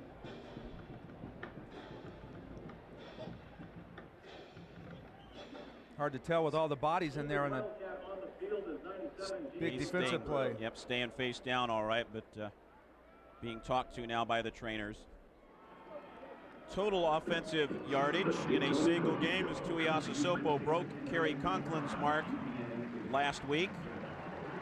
You're even there. You're everywhere. Hey, you know, they keep these stats for about, well, wow, that was a long time ago. Yeah. It was so long ago they don't even have film. They had to, you know, the guy come out with the glass plates and take a few shots of your plays back. It was cave drawings. Nice. Yeah, thanks a lot, Bob. No I appreciate that from the truck. No problem.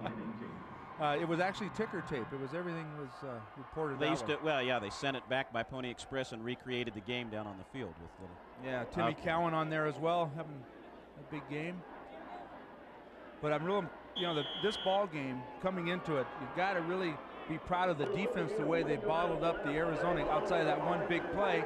And also these guys running back on the field. There they are right there. That defensive group right there really came to play so far this afternoon. Hopefully they can keep that going. Yep, they've still got another quarter plus in the heat in Tucson. Shaw trying to thread through. A lot of interference that time, and he was not able to get far. He's dropped for a loss of about 1.5 yards. They were really stacking up in the middle. See Lewis right there poke. Arizona defenders really shooting the gaps up front and really snuffed that play. No gain. Yeah, and the Wildcats with Lewis, that's their number 3 defensive tackle now. Frazier went out earlier. Jopru, who had shared time, is gone, and so Lewis has to step in at the defensive tackle spot. A senior from Bell, California, who's seen very little action this year.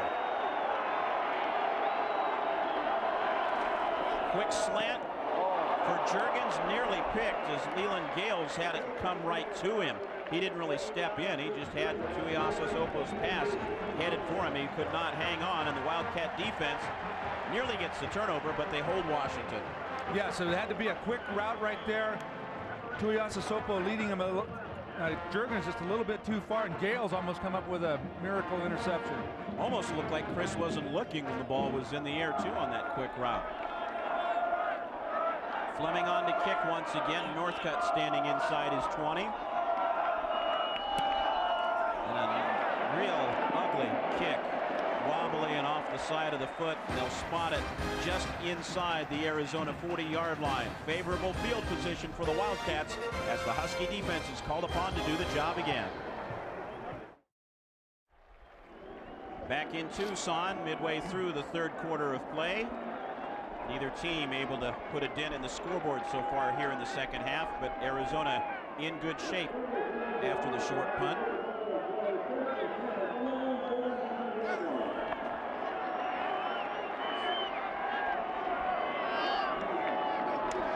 Jenkins remaining at quarterback. They look to run the reverse again. Going to the outside, Melosi Leonard gets a block from Jenkins as well, but after all that, it's only about 1 yard gain. Tough to gain a lot of yardage when you go 15 yards, nearly 15 yards behind your own line of scrimmage to do the reverse. They tried this just a couple series ago, last series as a matter of fact. Now watch this, he gets the handoff way outside, long ways to travel, And good job by the defense. Anthony Kelly again in position to make the play, Todd. And if you're the defense and all of a sudden that's 25 running the reverse instead of 8, you've got to be a little bit happier to see him coming around the corner. Winnick, the H-back, the motion man, leads for Candidate, who turns inside, and again, not a lot. He pushes forward with some nice leg drive for about 2 yards that time. Farms and Akbar in on the stop.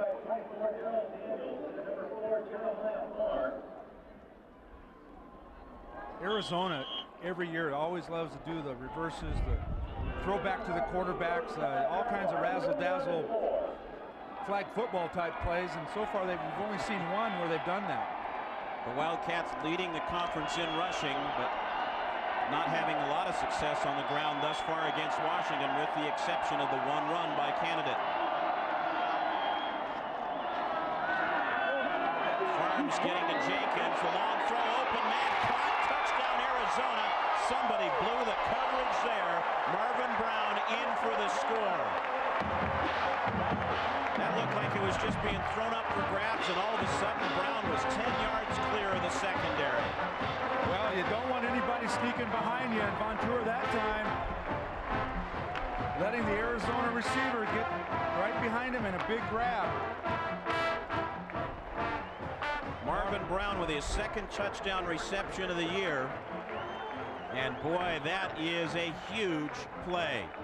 Point after touchdown attempt from Kiel is good, and we all of a sudden have a 2-point ball game, including that missed extra point in the first half, which looms a little larger now. Ortiz Jenkins with the touchdown pass to close the gap. The Arizona Wildcats profiting by the big play, a 74-yard touchdown run, a 55-yard touchdown pass, and they've closed the gap on Washington to 2, as the Huskies have been very, very silent in the third quarter of play. Washington officially with 20 yards of total offense here in the opening 10 minutes of the third quarter. A little windy down there, have to have a holder come in, but you're right, that's a big play for Arizona, and the crowd gets back into it every time they don't do anything. They're very silent, but boy, they get right back into it when they get close. A little bit of good news for the Wildcats. Chopra with a bruised rib. He's expected to return as McDonald drills this one through the end zone, and Washington will take it on the 20-yard line.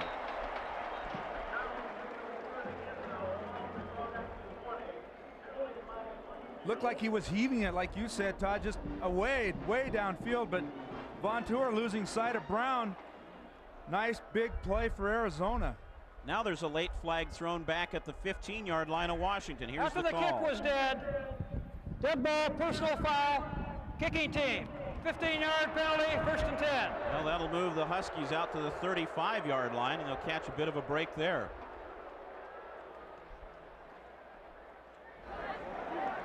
Wildcat faithful on hand. Of course, coming into Tucson, all that half the folks could talk about was that basketball scrimmage was going to take place tonight. Yeah, you see Hall on the sidelines talking to Coach Tomey that and trying to get an explanation from the official on what he did wrong. So a little bit more room for Marcus Tuiasosopo to work with. Conniff takes it, spins, nearly got stripped as he got across the 40-yard line, but managed to hang on to the ball. A little arm tackling right there. Antonio Pierce leading the way for Arizona. Yes, you're right. Everybody from Arizona is going to be going after that football. They can kind of sense a little momentum change with that big play. Huskies need to settle down here, and that was a good start again. I think I've said it about 5 times today, but 6 yards on first down is a big boost for your offense. Good gain by Conniff. Shaw, the single man in this time. Lines it in along with Stevens at the tight end, and a big play there by Tafoya. He shot through the line and dropped Shaw for a loss.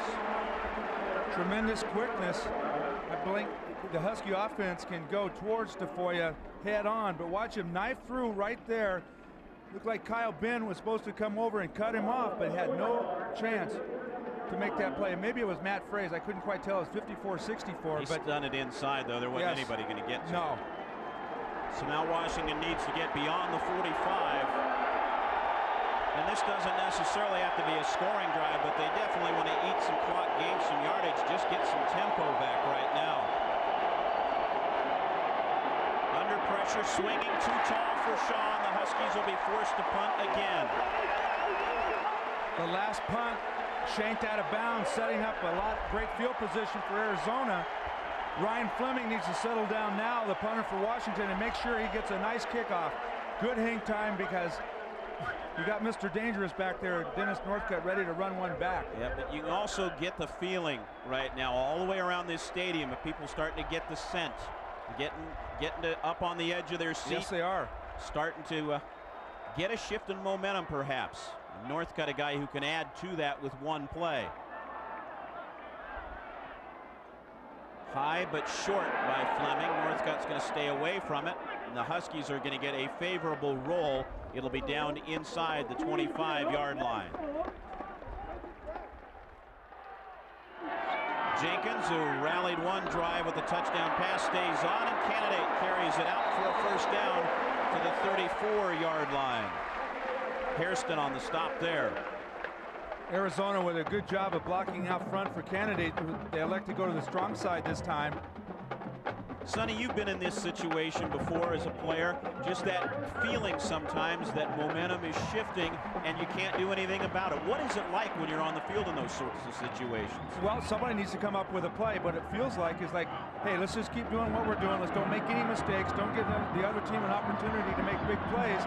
Unfortunately for the Huskies, they give up a big play to get Arizona back in this ballgame. Give again on the little dive to Briggs. He'll get a couple that time.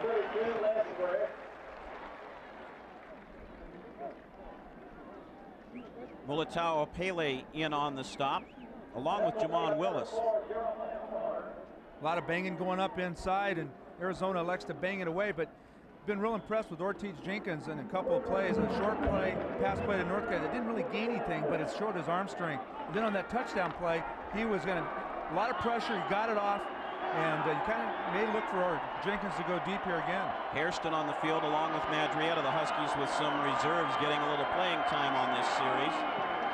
Off the play action. Going long once again. Flag thrown in the backfield as he overthrows Northcutt, and it would have come back anyway. But Dennis Northcutt was in the clear. Yeah, I just had a feeling that they were going to unleash one here. And good play action, but unfortunately, everything's going to be coming back. The Wildcats are pointing towards the Huskies.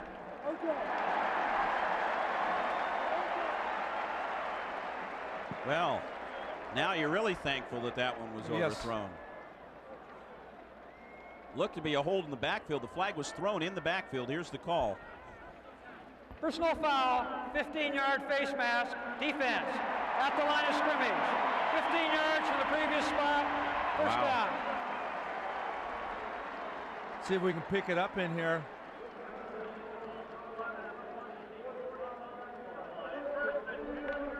Yeah, Mulatau Pele with his left hand there trying to ward off the blocker.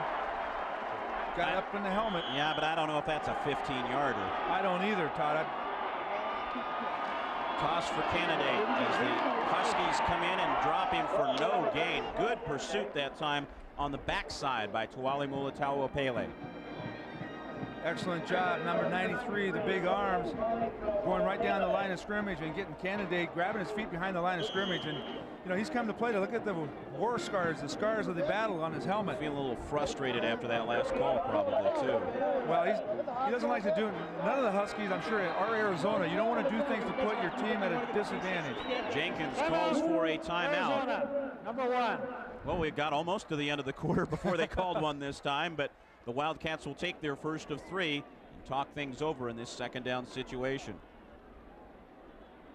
Smith now on the sidelines as Jenkins tries to rally the Wildcats. They're threatening to go back in front. Welcome back. You see the homecoming crowd all the way up to the top here at Arizona Stadium and looking for something to get excited about as their Wildcats are threatening to regain the lead against the Washington Huskies. Ortiz Jenkins, a man who made the improbable play a year ago, has guided the Wildcats since the intermission, gotten them a touchdown.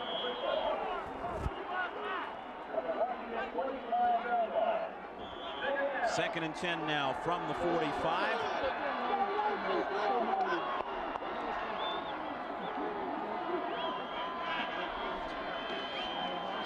Lots of time for Jenkins, and Candidate open on the swing route. Kelly over pursues. Candidate beats a couple guys, gets the first down, and is forced out of bounds at the 31.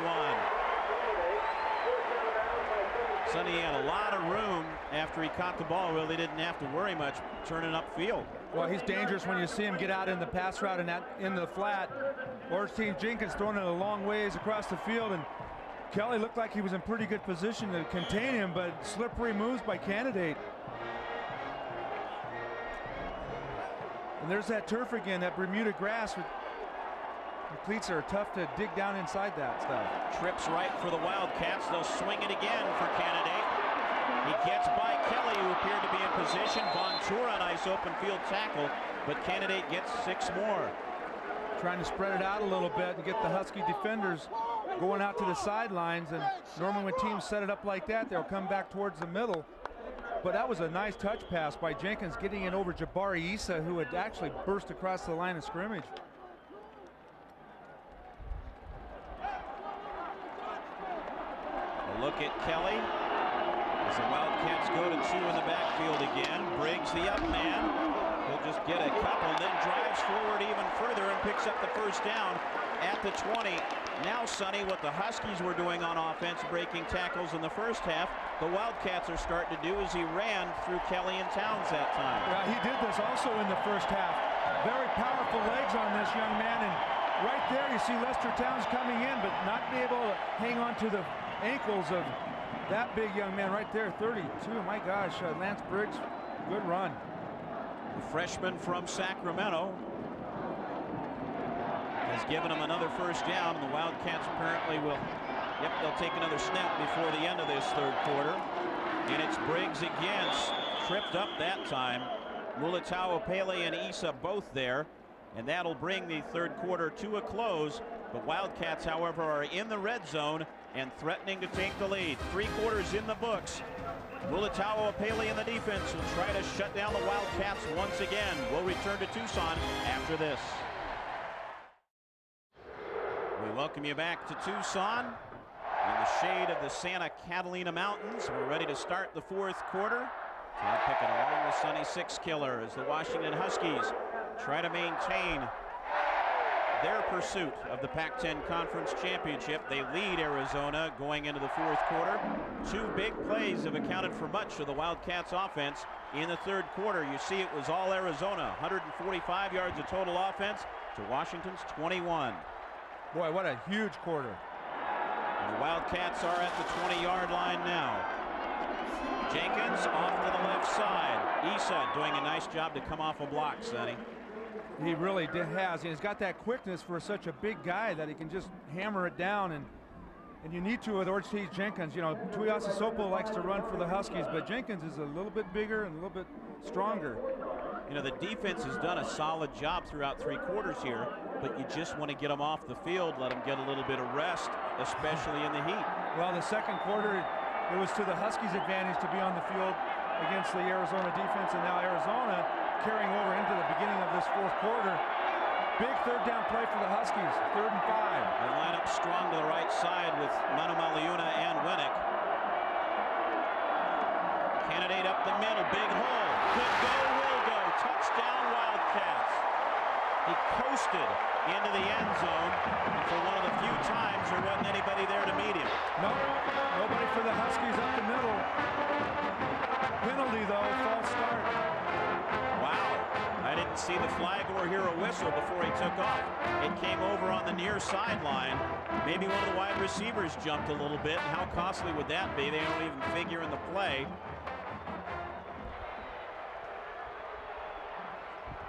Only 6 men on the line. Offense, 5-yard penalty. Repeat, 3rd down.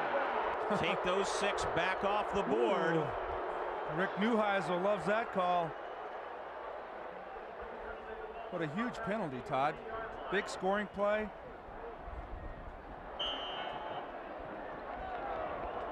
Well, normally when you see, look at the offensive lineman there, the wide receiver is flanked back, not on the line. There's your 6 right there, so nobody else outside of that group was in the zone. So somebody made an alignment mistake outside of that bunch. And another whistle now. Looked as though the left side of the Arizona line jumped. Arizona not. That's another one of their backup tight ends, James Hugo, a redshirt freshman who's coming in. Red ball. False start.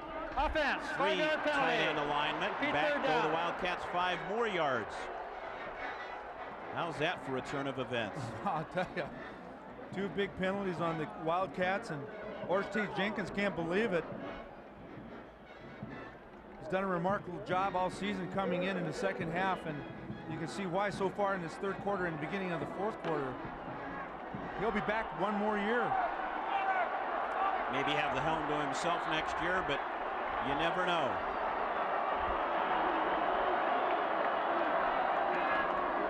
Trying to run a draw from the gun. Steps inside firm. Scrambling. He'll be short of the first down, but well down into field goal range where it becomes much more of a chip shot for Sean Keel. And if the Huskies can get away with just giving up 3 here as opposed to the score, what a break that would be. Keel 1 for 2, you see. Made the short one, missed the longer one. Well, he's going to be on the far hash mark. See how he navigates this kick. This one will be a 31-yarder. Halleck, the punter, is the holder. Huskies are hoping he pushes or pulls this kick. And the walk-on missed it just to the left of the stick. 2 missed field goals. The touchdown called back on the penalty, and the Huskies cling to their lead. What a break for the Huskies. Rick Neuheisel breathing a little easier on the sidelines. A little bit of an exhale there. Yeah. Washington will have the ball at the 20 as the walk-on freshman misses again.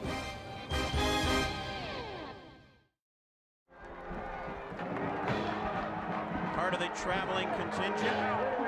For all we know, that could be a Snowbird Husky, maybe down here for more than just today's game. That's all right. He's got his sweetheart with him. That's all that matters. And he's got his colors on, and his team's still out in front.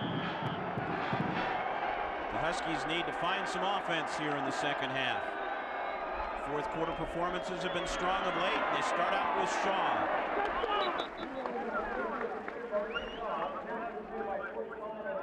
Well, there's what Marcus Tuiasosopo has done in fourth quarter, is really lifting his game, his completion percentage up usually, and both passing and rushing. He's been phenomenal in fourth quarters of contests. That is very true the whole season, and Marcus Tuiasosopo has another opportunity now with the lead to get this offense down there on a long drive, eat some clock, get that time of possession back in their favor. Shaw, big hole right side. Bell there along with Tafoya. They closed it quickly, held him to just a couple. Yeah, you know, during the timeout, we both talked about it, and Husky offensive play calling has gone a little conservative here in the second half. Not a lot of yardage in that third quarter, which went all to Arizona. But this is the fourth quarter, and as that last stat showed, Todd, it should be a little more yardage for the Huskies. Yeah, but the Huskies are in a totally unfamiliar position, leading at the start of the fourth quarter. They've had to come from behind in recent weeks. They'd like to just hold the lead for the final 15 minutes. Option time. Shaw spins, got the first down with the extra effort. Huge effort right there by Mo Shaw. And again, out front, Pat Connor, 47 for the Huskies, making some good contact. And Maurice Shaw right here at the end, stringing it out. Tuiasosopo stringing it out, breaking tackles right there. Missed tackle from the Wildcats allows him to pick up the first down. Pierce finally dropped him, but he got it by a half a yard. And Mo Shaw, who's been big in fourth quarters as well, takes it up to 58 for the game. Shaw once again, they just keep calling his number right now. Somebody's helmet popped off on that one as Polk and Briggs, who does double duty as the running back and a linebacker, come in on the stop. Northcote's played in the secondary at times. Dick Tomey not afraid to use his athletes on both sides of the ball. Well, that's true that he's done that for years down here. And That time, Kyle Ben losing his helmet, trying to block somebody up front for Maurice Shaw coming out now. Arnold in, Kevin Ware coming in as well for Anthony Meisen at one of the tight end spots. Washington trying to be efficient, use some clock and get the drive going. Well, with the double tights, you figure they want to bang it a little bit. So they come back and cross everybody up, throwing for Looker, just through his fingertips, and I'll tell you, I think he got a little bit of a shove from Hunter out there. Yeah, it sure appeared that way from up here. But as a receiver looking back into setting sun, it's a tough grab anyway, a little high, but it looked like there was a little contact. Hunter was beaten on the play. We'll take another look at it from an angle. Look at that sunshine though, Todd. That's tough on your concentration. Yeah. But you and I both think the push came really before that cut even. Yes. From Hunter when he beat him there. So now the Huskies are faced with another 3rd and long to try to convert. Wildcats again stunning around. Good rollout by Tuiasa Sopo. Throws first down, 43-yard line. Harris with the grab. Bell made the tackle, but what a great cut. Well, it was just a great move by the quarterback. Again, it shows the dangerous Tuiasa Sopo getting outside, and Gerald Harris again finding an open spot after he saw his quarterback get out. Right now he knows his quarterback's outside the pocket. He comes back, settles down in a good location, but got racked right there by Marcus Bell. Yeah, he got his bell rung, as it were, and Hunter there as well. And I think he rung them both up on that Harris, play. yeah, stepped off the field after that one, but he gets a big first down. A couple of big 3rd down plays now. Shaw bouncing off Tuiasa Sopo a little bit, will get nowhere. Deshaun Polk, Antonio Pierce from the backer spots on the stop. Yeah, a little mix-up back there. They collided, which disrupted the whole football play. And usually you might get your feet tangled up with your offensive lineman, particularly your center. But right there, it looked like Marcus wanted to make sure that he made the handoff. And, you know, even though you've been running these plays since 2 days, Todd, he still did not do any of those handoffs this week in practice. And once in a while, you'll be offline. And on grass as opposed to turf, a lot of different things. Arnold in for Shaw on 2nd down. Have to make the pitch quick, he does. Arnold pulled down, flag thrown down the field as well, and a flag thrown back at the line of scrimmage. So there's going to be 2 separate penalties. I think there may be a downfield hold on the Huskies, and I'm afraid the one inside the line is probably going to be a hold as well.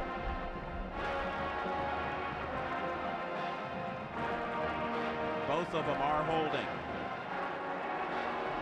Yeah, receivers downfield trying to stay on their blocks.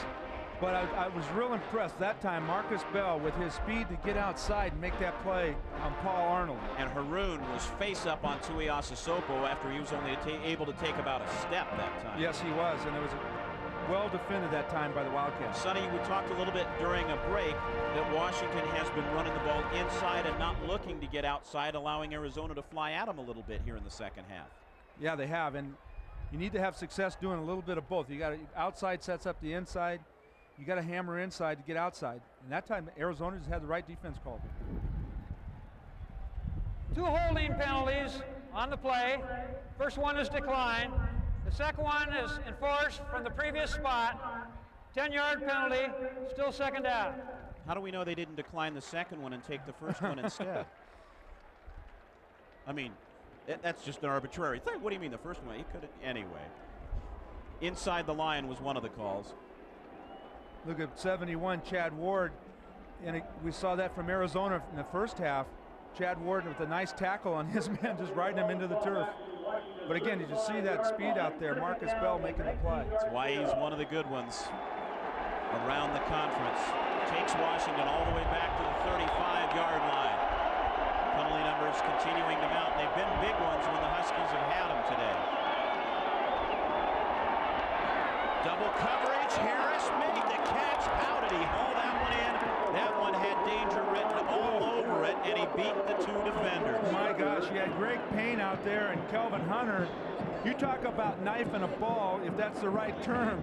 Look at Rick Neuheisel. It was a huge sigh, yeah. Yes, watch Gerald Harris on this. You see Payne coming out to double team. That comes from scouting reports right there. Payne recognized right away that they were going to go post corner route, and absolutely great grab by Harris. Yeah, but if Payne runs a stronger cover right there, they're in big trouble. Instead, it's a first down Washington. Harris with the concentration and the grab. He has been big throughout the day. From the Arizona 45. Harris. Shaw, rather, excuse me, carrying off the left side.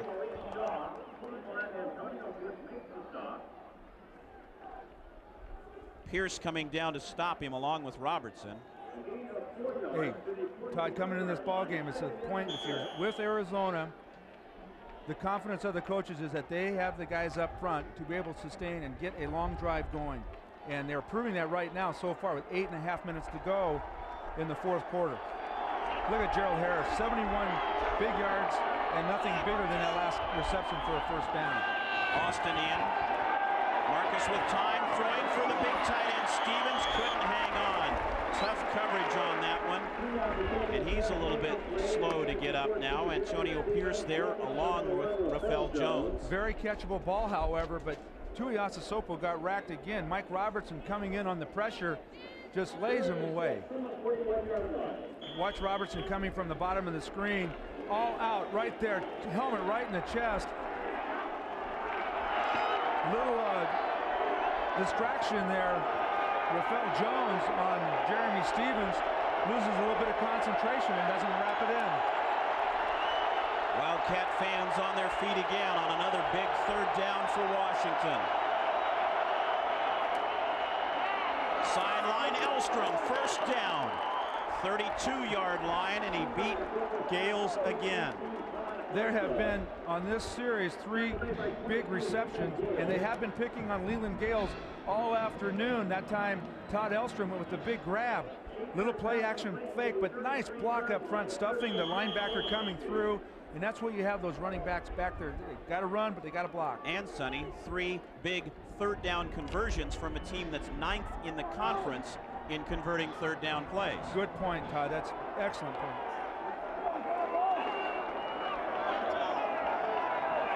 Conniff up man for Shaw on first down, and it's Conniff off the left side. Bounces off a couple of men. You know, that elusive momentum we were talking about before, Sonny, you can hear a little bit of the hooping and the hollering on the Washington sideline again, and it's swinging back. Absolutely. I've never seen a game with so many changes with momentum, and anything can do it.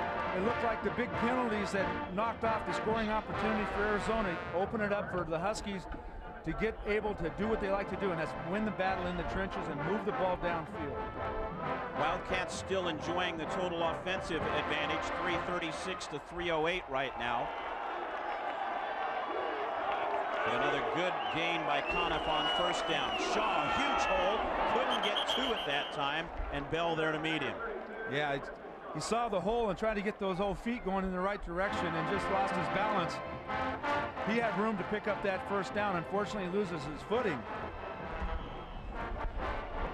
Yep, that would have been another good pickup, and he would have been able to get to it easily. But you talked about that turf. Looks pretty. It's staying green this time of year, but it can be treacherous to the visitors. You're right.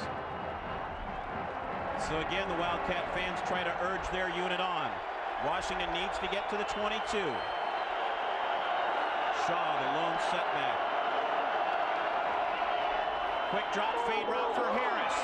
Twists, catches it, first and goal, Washington. Gerald Harris is living up to the potential expected of him today. I tell you, since he had the unfortunate opportunity to catch a touchdown, he dropped that one pass in the first half. He has been on fire receiving the ball in the second half. And right here, Tuiasosopo throwing to the outside shoulder throw, and I'll tell you what, that's he's got to be happy with that grab and throw. He's got to be happy with whoever called that one for him too. First and goal at the 4-yard line. Harris playing hurt a little bit. 5 catches for 92 yards for Harris and a score. Timeout called Arizona, by Arizona. They've burned their second timeout. Will that come back to haunt them a little bit? But right now, Dick Tomey wants to get a rest for his defense. Yeah, they have been out there. Not only have they been out there, they've allowed the Huskies to get deep down. It's first and goal at the 4 for the Huskies when we return to Tucson. You're watching Pac-10 football on Fox Sports Net. in Tucson, a 1st and goal for the Washington Huskies. Since the missed field goal, the Huskies have used 7 minutes and 15 seconds on this drive. It is a 14-play, 76-yard drive thus far, and has taken them to the Wildcat 4-yard line.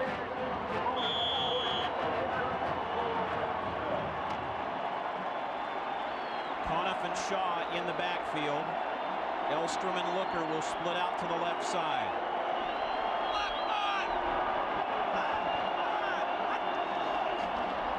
Shaw cuts back, gets a couple before he's dropped. Bell there, as always, for Arizona, along with Antonio Pierce. Straight ahead play, power play, Conniff in blocking at fullback position, and not too bad for the Huskies on 1st down. Now a 2nd down and just outside 3 yards. Means that clock keeps ticking down, Todd, and gets down to the low 5-minute mark.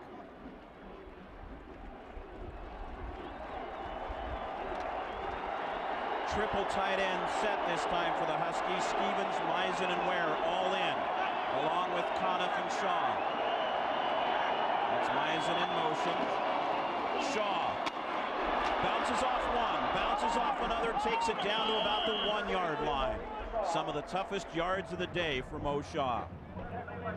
That was some rattling going on down there. Helmet to helmet, Maurice Shaw got that power running formation in there with the 3 tight ends and Pat Conniff.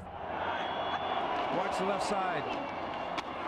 Oh. Took on Payne and knocked him back.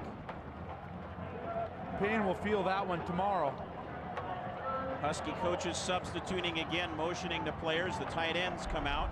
Elstrom and Harris are back in. From the 1-yard line. Stevens flanks as well. Flag thrown. Play clock expired. Took him a while to get the substitutes in, and it cost him that time.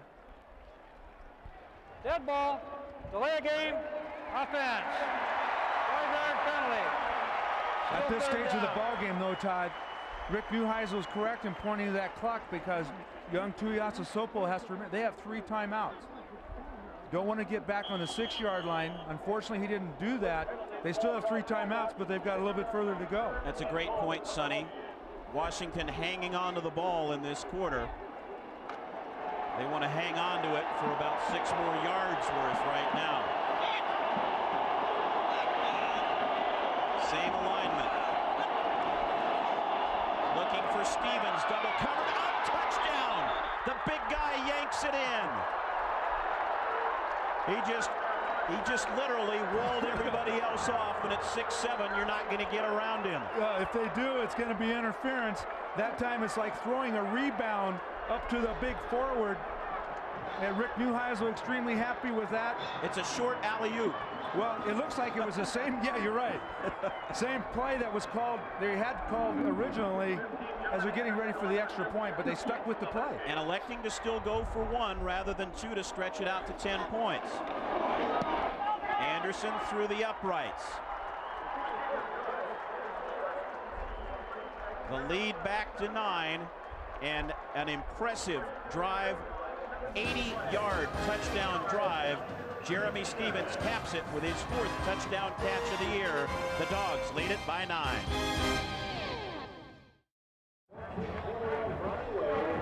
And the quarterback just a little bit pumped after that 80-yard drive.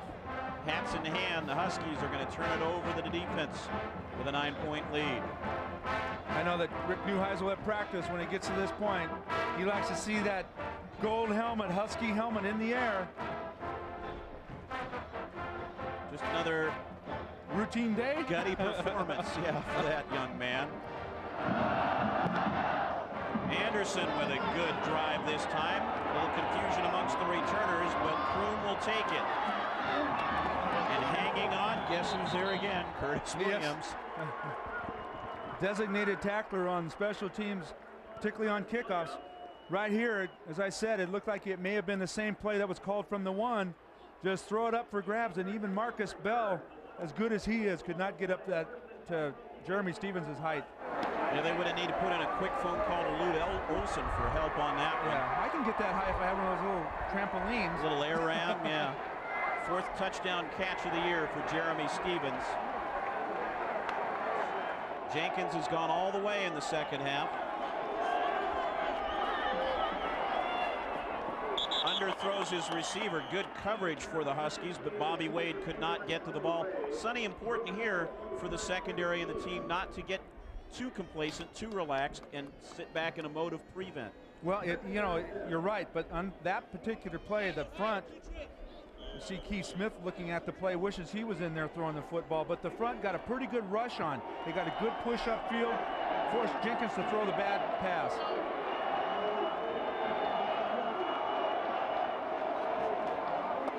Backside pressure. Oh, he got away from Farms. Never even saw him, though. Throws intercepted. Vontour again. Breaks a tackle. He will score. Whoa. Anthony Vontour's 2nd touchdown of the year. His 6th interception and 3rd in 2 weeks. The defense maybe puts the exclamation point on this one. See Keith Smith and the rest of the players watching the play, but Anthony Vontour making up for that big touchdown pass that was thrown over the top of him, Todd. I tell you, what a way to make up for it. Yeah, that puts him at a net 0 on the plus minus now. Anderson on to attempt the extra point. And all of a sudden, the fans are pouring out of Arizona Stadium. It is a sea of red headed down the decks and out the gates. Here's Vontour's pick. Oh, yeah, Orte Jenkins trying to force it in there, but Anthony Vontour in a perfect position, and I love that move on Jenkins to get past him and get into the end zone. What a big play for Vontour. The sophomore from a great program, De La Salle, there you see, single-handedly has passed up last year's team total. Yeah, we'll see his name on the list pretty soon besides Tuiasa Sopo.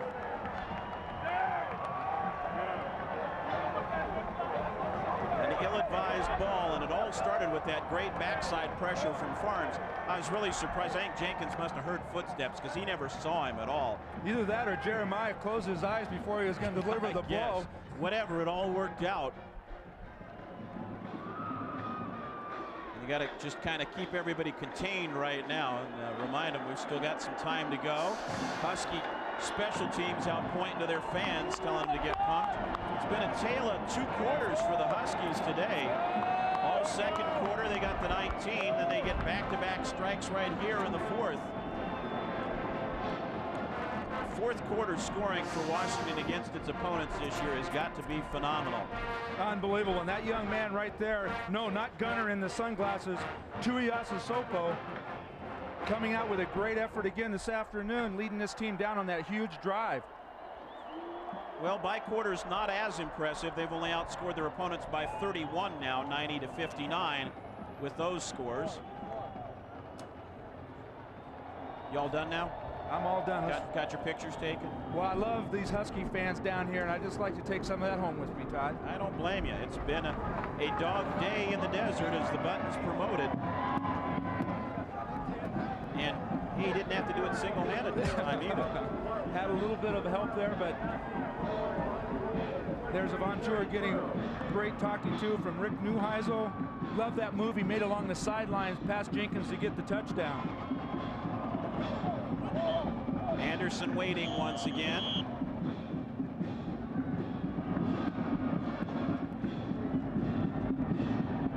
Oh, this one's going deep. Wade's going to just saunter back. He'll make a catch on it, but that's all he can do. Anderson sprinting down the field all the way into the end zone as well as the Husky defense takes the field. Time for us to look at our GM Drive of the Day, brought to you by your GM dealers. Tuiasa Sopo to Shaw here. Absolutely good play, good blocking downfield. Gerald Harris and Conniff in the blocking. And a beautiful throw and great catch by Gerald Harris. Both of those 3rd down conversions and the catch by Elstrom. And another 3rd down conversion. Great job. And the pass to Stevens to cap it. Alley-oop. That's our GM Drive of the Day. Look at that, 9 minutes and 13 seconds. Got to be the longest drive of the year in terms of clock time. And then Von Tour capped it with the interception return for the touchdown. Jenkins scrambling, throws, batted down. Towns, I think, got a hand on that, and Jermaine Smith was there too. Absolutely, and Muitao Pele was back there, almost had the jersey of Jenkins, and again, Jenkins was able to get away, but Lester Towns. A little bit of a smile on that young man's face right now. He knows he's got a little more work to get done. 14 points as a result of the turnovers, and I was going to save one particular number till the end of the game as Jenkins finds Northcutt. He'll get the first down at the 35 and be swarmed under there. One number we have not seen at all today, Sonny. Washington turnovers. 0 turnovers after all the problems they've had with the ball the last couple of weeks. They played an error-free game up to this point. A lot of the throws were not the risk-type throws that Tuiasosopo completed this afternoon. A lot of out routes, well run, well caught by the receivers, every one of them coming up with big catches. Jenkins looking under again. Northcutt first down. He'll get extra yardage and step into Husky territory at the 49. They're starting to give a little bit more of that cushion. Yeah, Roderick Green out there on coverage on Northcutt, and you don't want to give him all the turf out there. Got to play a little tighter on him. Look at that, 10 yards, still 10 yards, even more now, allowing Northcutt to get some big yardage and get out of bounds and stop the clock. Northcutt with his 5th catch of the day. He has now moved into number 3 in the Pac-10 career receiving list, moving by Johnny Morton, and he'll add to it a little bit more. Only get a couple of yards that time as Green strings him out. He also extends his streak of 40 consecutive games with a catch, which is also a conference record. But he's already caught 3 passes here. Really not utilized this afternoon by the Arizona coaching staff. Not really in the play. Give credit to the Husky defense for making sure that he had double coverage and different disguises to make sure he was held in check. Yep, those 2 big plays were responsible for 14 of those 17 Arizona points. And against this team, which is a talented scoring team, holding's going to be called on that. Jenkins is going to go down as Kelly brings him down. Boy, there's a young man that's had a good afternoon coming into this ball game. And Anthony Kelly, you called him the AK 47, and I tell you, he's really played the second half here. Huskies will take the sack, obviously. You missed it right there just a little bit, but there were a little holding on Larry Triplett coming up the middle. Pumped up. Just a bit. The sophomore from Altadena, California. Going to be heading down south next week.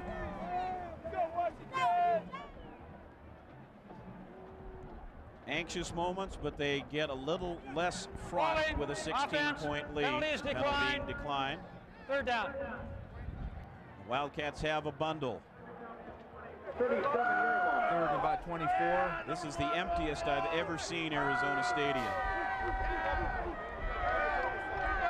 Well, he's right. We are going to the Rose Bowl to play UCLA. Yeah, 6 weeks earlier than we want to be there, but next week the UCLA Bruins. Von Tour on a blitz. Jenkins gets away, lobs for Northcutt.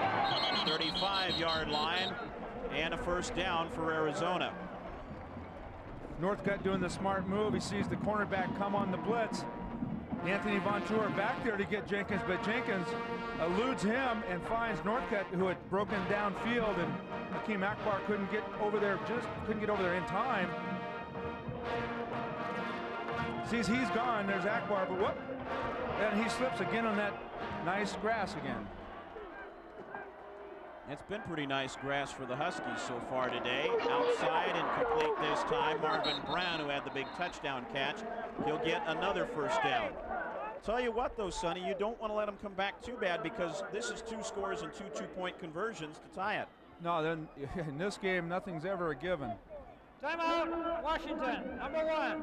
And the Huskies will give the defense a little bit of a rest now as we're inside of 3 minutes, but you don't want to let the Wildcats get a little momentum and bounce right back.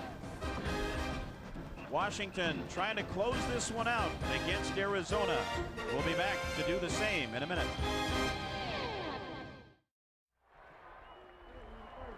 Marcus Tuiasosopo taking a breather for a sec. Defense trying to get some pressure on now on Jenkins. 4 guys bearing down on him. He throws that in the vicinity of Trung candidate. The 4 horsemen, huh? The 4 big dogs coming after him. And Jenkins, such a great athlete, able to get outrace him.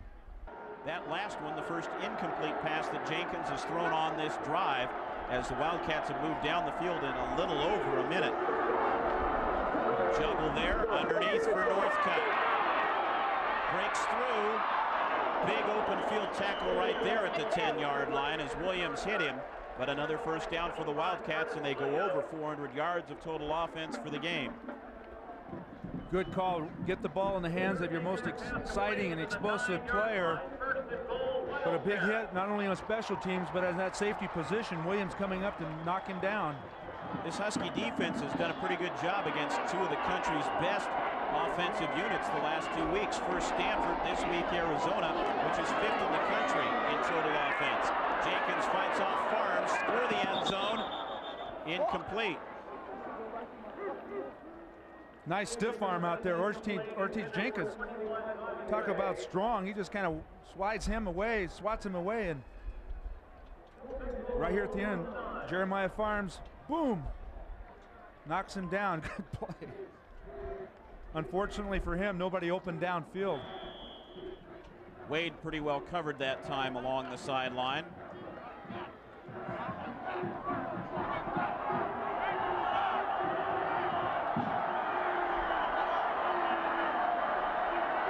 The guy who pulled last-second heroics a year ago, still trying to get his team in it. Waits, throws, Northcutt comes clear. Oh, that's not Northcutt, that's Wade, sorry. Yeah, Bobby Wade. Slant. It's all right. A lot of people running different directions down there inside the 10-yard line. Clock's still running. 3rd down as he sprints him out in a hurry. Trying to throw a little fade route, everybody pretty well covered. Now an option roll, tries to tuck it up himself, scrambles, dives. Not nearly as impressive a flip, but he gets into the end zone. Jenkins either tired or shaken up, one of the 2. May have landed on the football.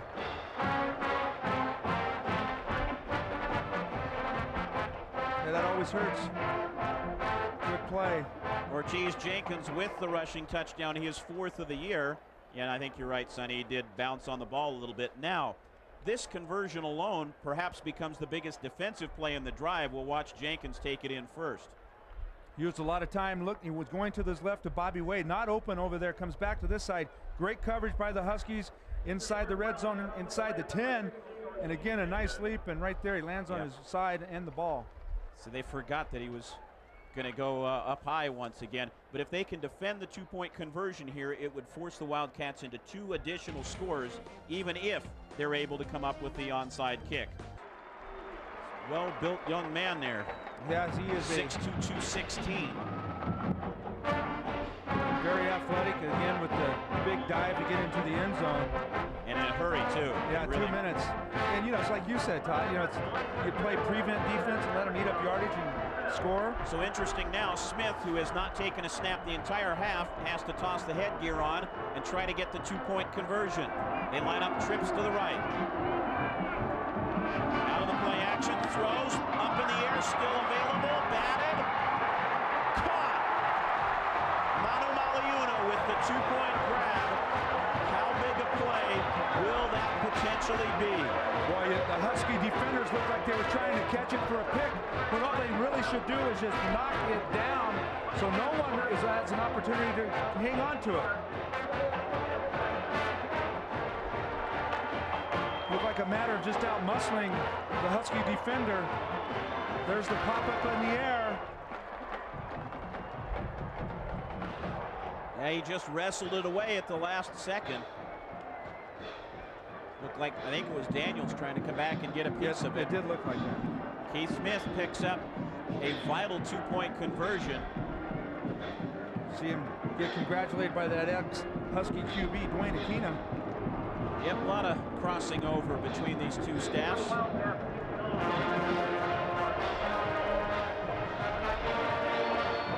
Steve Axman, former assistant coach here at Arizona, now on the Husky staff. Got the hands people in here now, Todd. Went on from being an assistant here to becoming the head coach at Northern Arizona. Onside kick attempt. Huskies step up. They're marking it short of the 10. Levi Madrieta. Madrieta came up with it. Yep, Elstrom was also there, but Madrieta comes up with it. And that is a big possession for the Huskies. Arizona with one timeout. They can only stop it once with 1 minute and 32 seconds to go. Good job by Levi Madrieta. What a freshman ball player he has been this season. One first down would be sufficient for the Huskies to close out the clock and close out the game. Well, just protect the football right here. Make sure you wrap it up because you know the Cats are going to be clawing for it.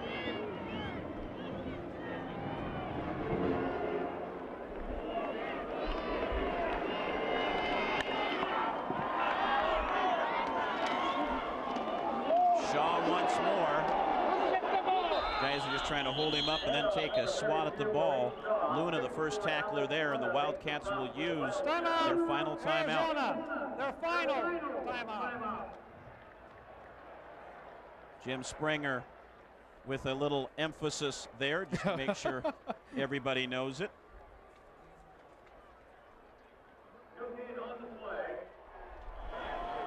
Well, a couple of missed field goals prevented the Wildcats from ever gaining the lead. The Huskies' long drive plus the interception by Vontour. Now Tuiasa Sopo gets popped by Bell. Where are they going to mark it? Just short of the first down. It also, however, stops the clock. Well, we've got a quick minute. I want to thank our producer, Bob Camion, our director, Bill Cooper, for their great job down in the truck today. Glenn Capolato has been our statistician. Peter Zoost, our spotter. 9-yard gain on the play. It'll be 3rd down 1 from the 35-yard line. The Huskies are going to raise their Pac-10 record to 5-1. Elstrom being attended to. I think he took a pop in that onside kick. Yes, he did. Little woozy right there on the sideline, but Dennis Seeley will make sure he's okay. 6 wins in their last 7 games for the Huskies if they close this one out. Shaw, first down. He almost did what he did a week ago. Nearly went to the races. Nearly broke it. But again, Marcus Bell with a who else? Score, drive, stopping tackle right there. But I thought he was gone. That run did accomplish what was needed. It picked up the first down, and that'll close things out for the Huskies. They can sit on it the rest of the way now and head home with a big, big road victory. Boy, it's going to make that plane ride a little easier, Todd. It's the Arizona team with some momentum as well. They'd won 4 out of their last 5. You hear the officials down there. They're telling them it's all over. Just give it up. Wildcats trying to strip it away. It's when Tuiasa Sopo just take a couple steps back and drop a knee and stay away from the action. Long year for Dick Tomey. His team, of course, predicted as a potential national title contender before dropping the opener to Penn State. They'd come back with strong play of late. They will lose one today, however, to the Huskies, and Washington will be able to watch the clock count down. The Huskies move to 5-1. Rick Neuheisel gets the victory. A lot of mutual respect between not only the coaches but the players as Dick Tomey congratulates Rick Neuheisel on the victory. Tuiasa Sopo had the big drive when it counted, going over 9 minutes. And the ad of the pick by Vontour wrapped it up for the Huskies. So for Sunny Six Killer, I'm Todd Pickett saying so long from Arizona Stadium in Tucson. The final score, Washington 33, Arizona 25. For our entire crew from the desert in Arizona, so long.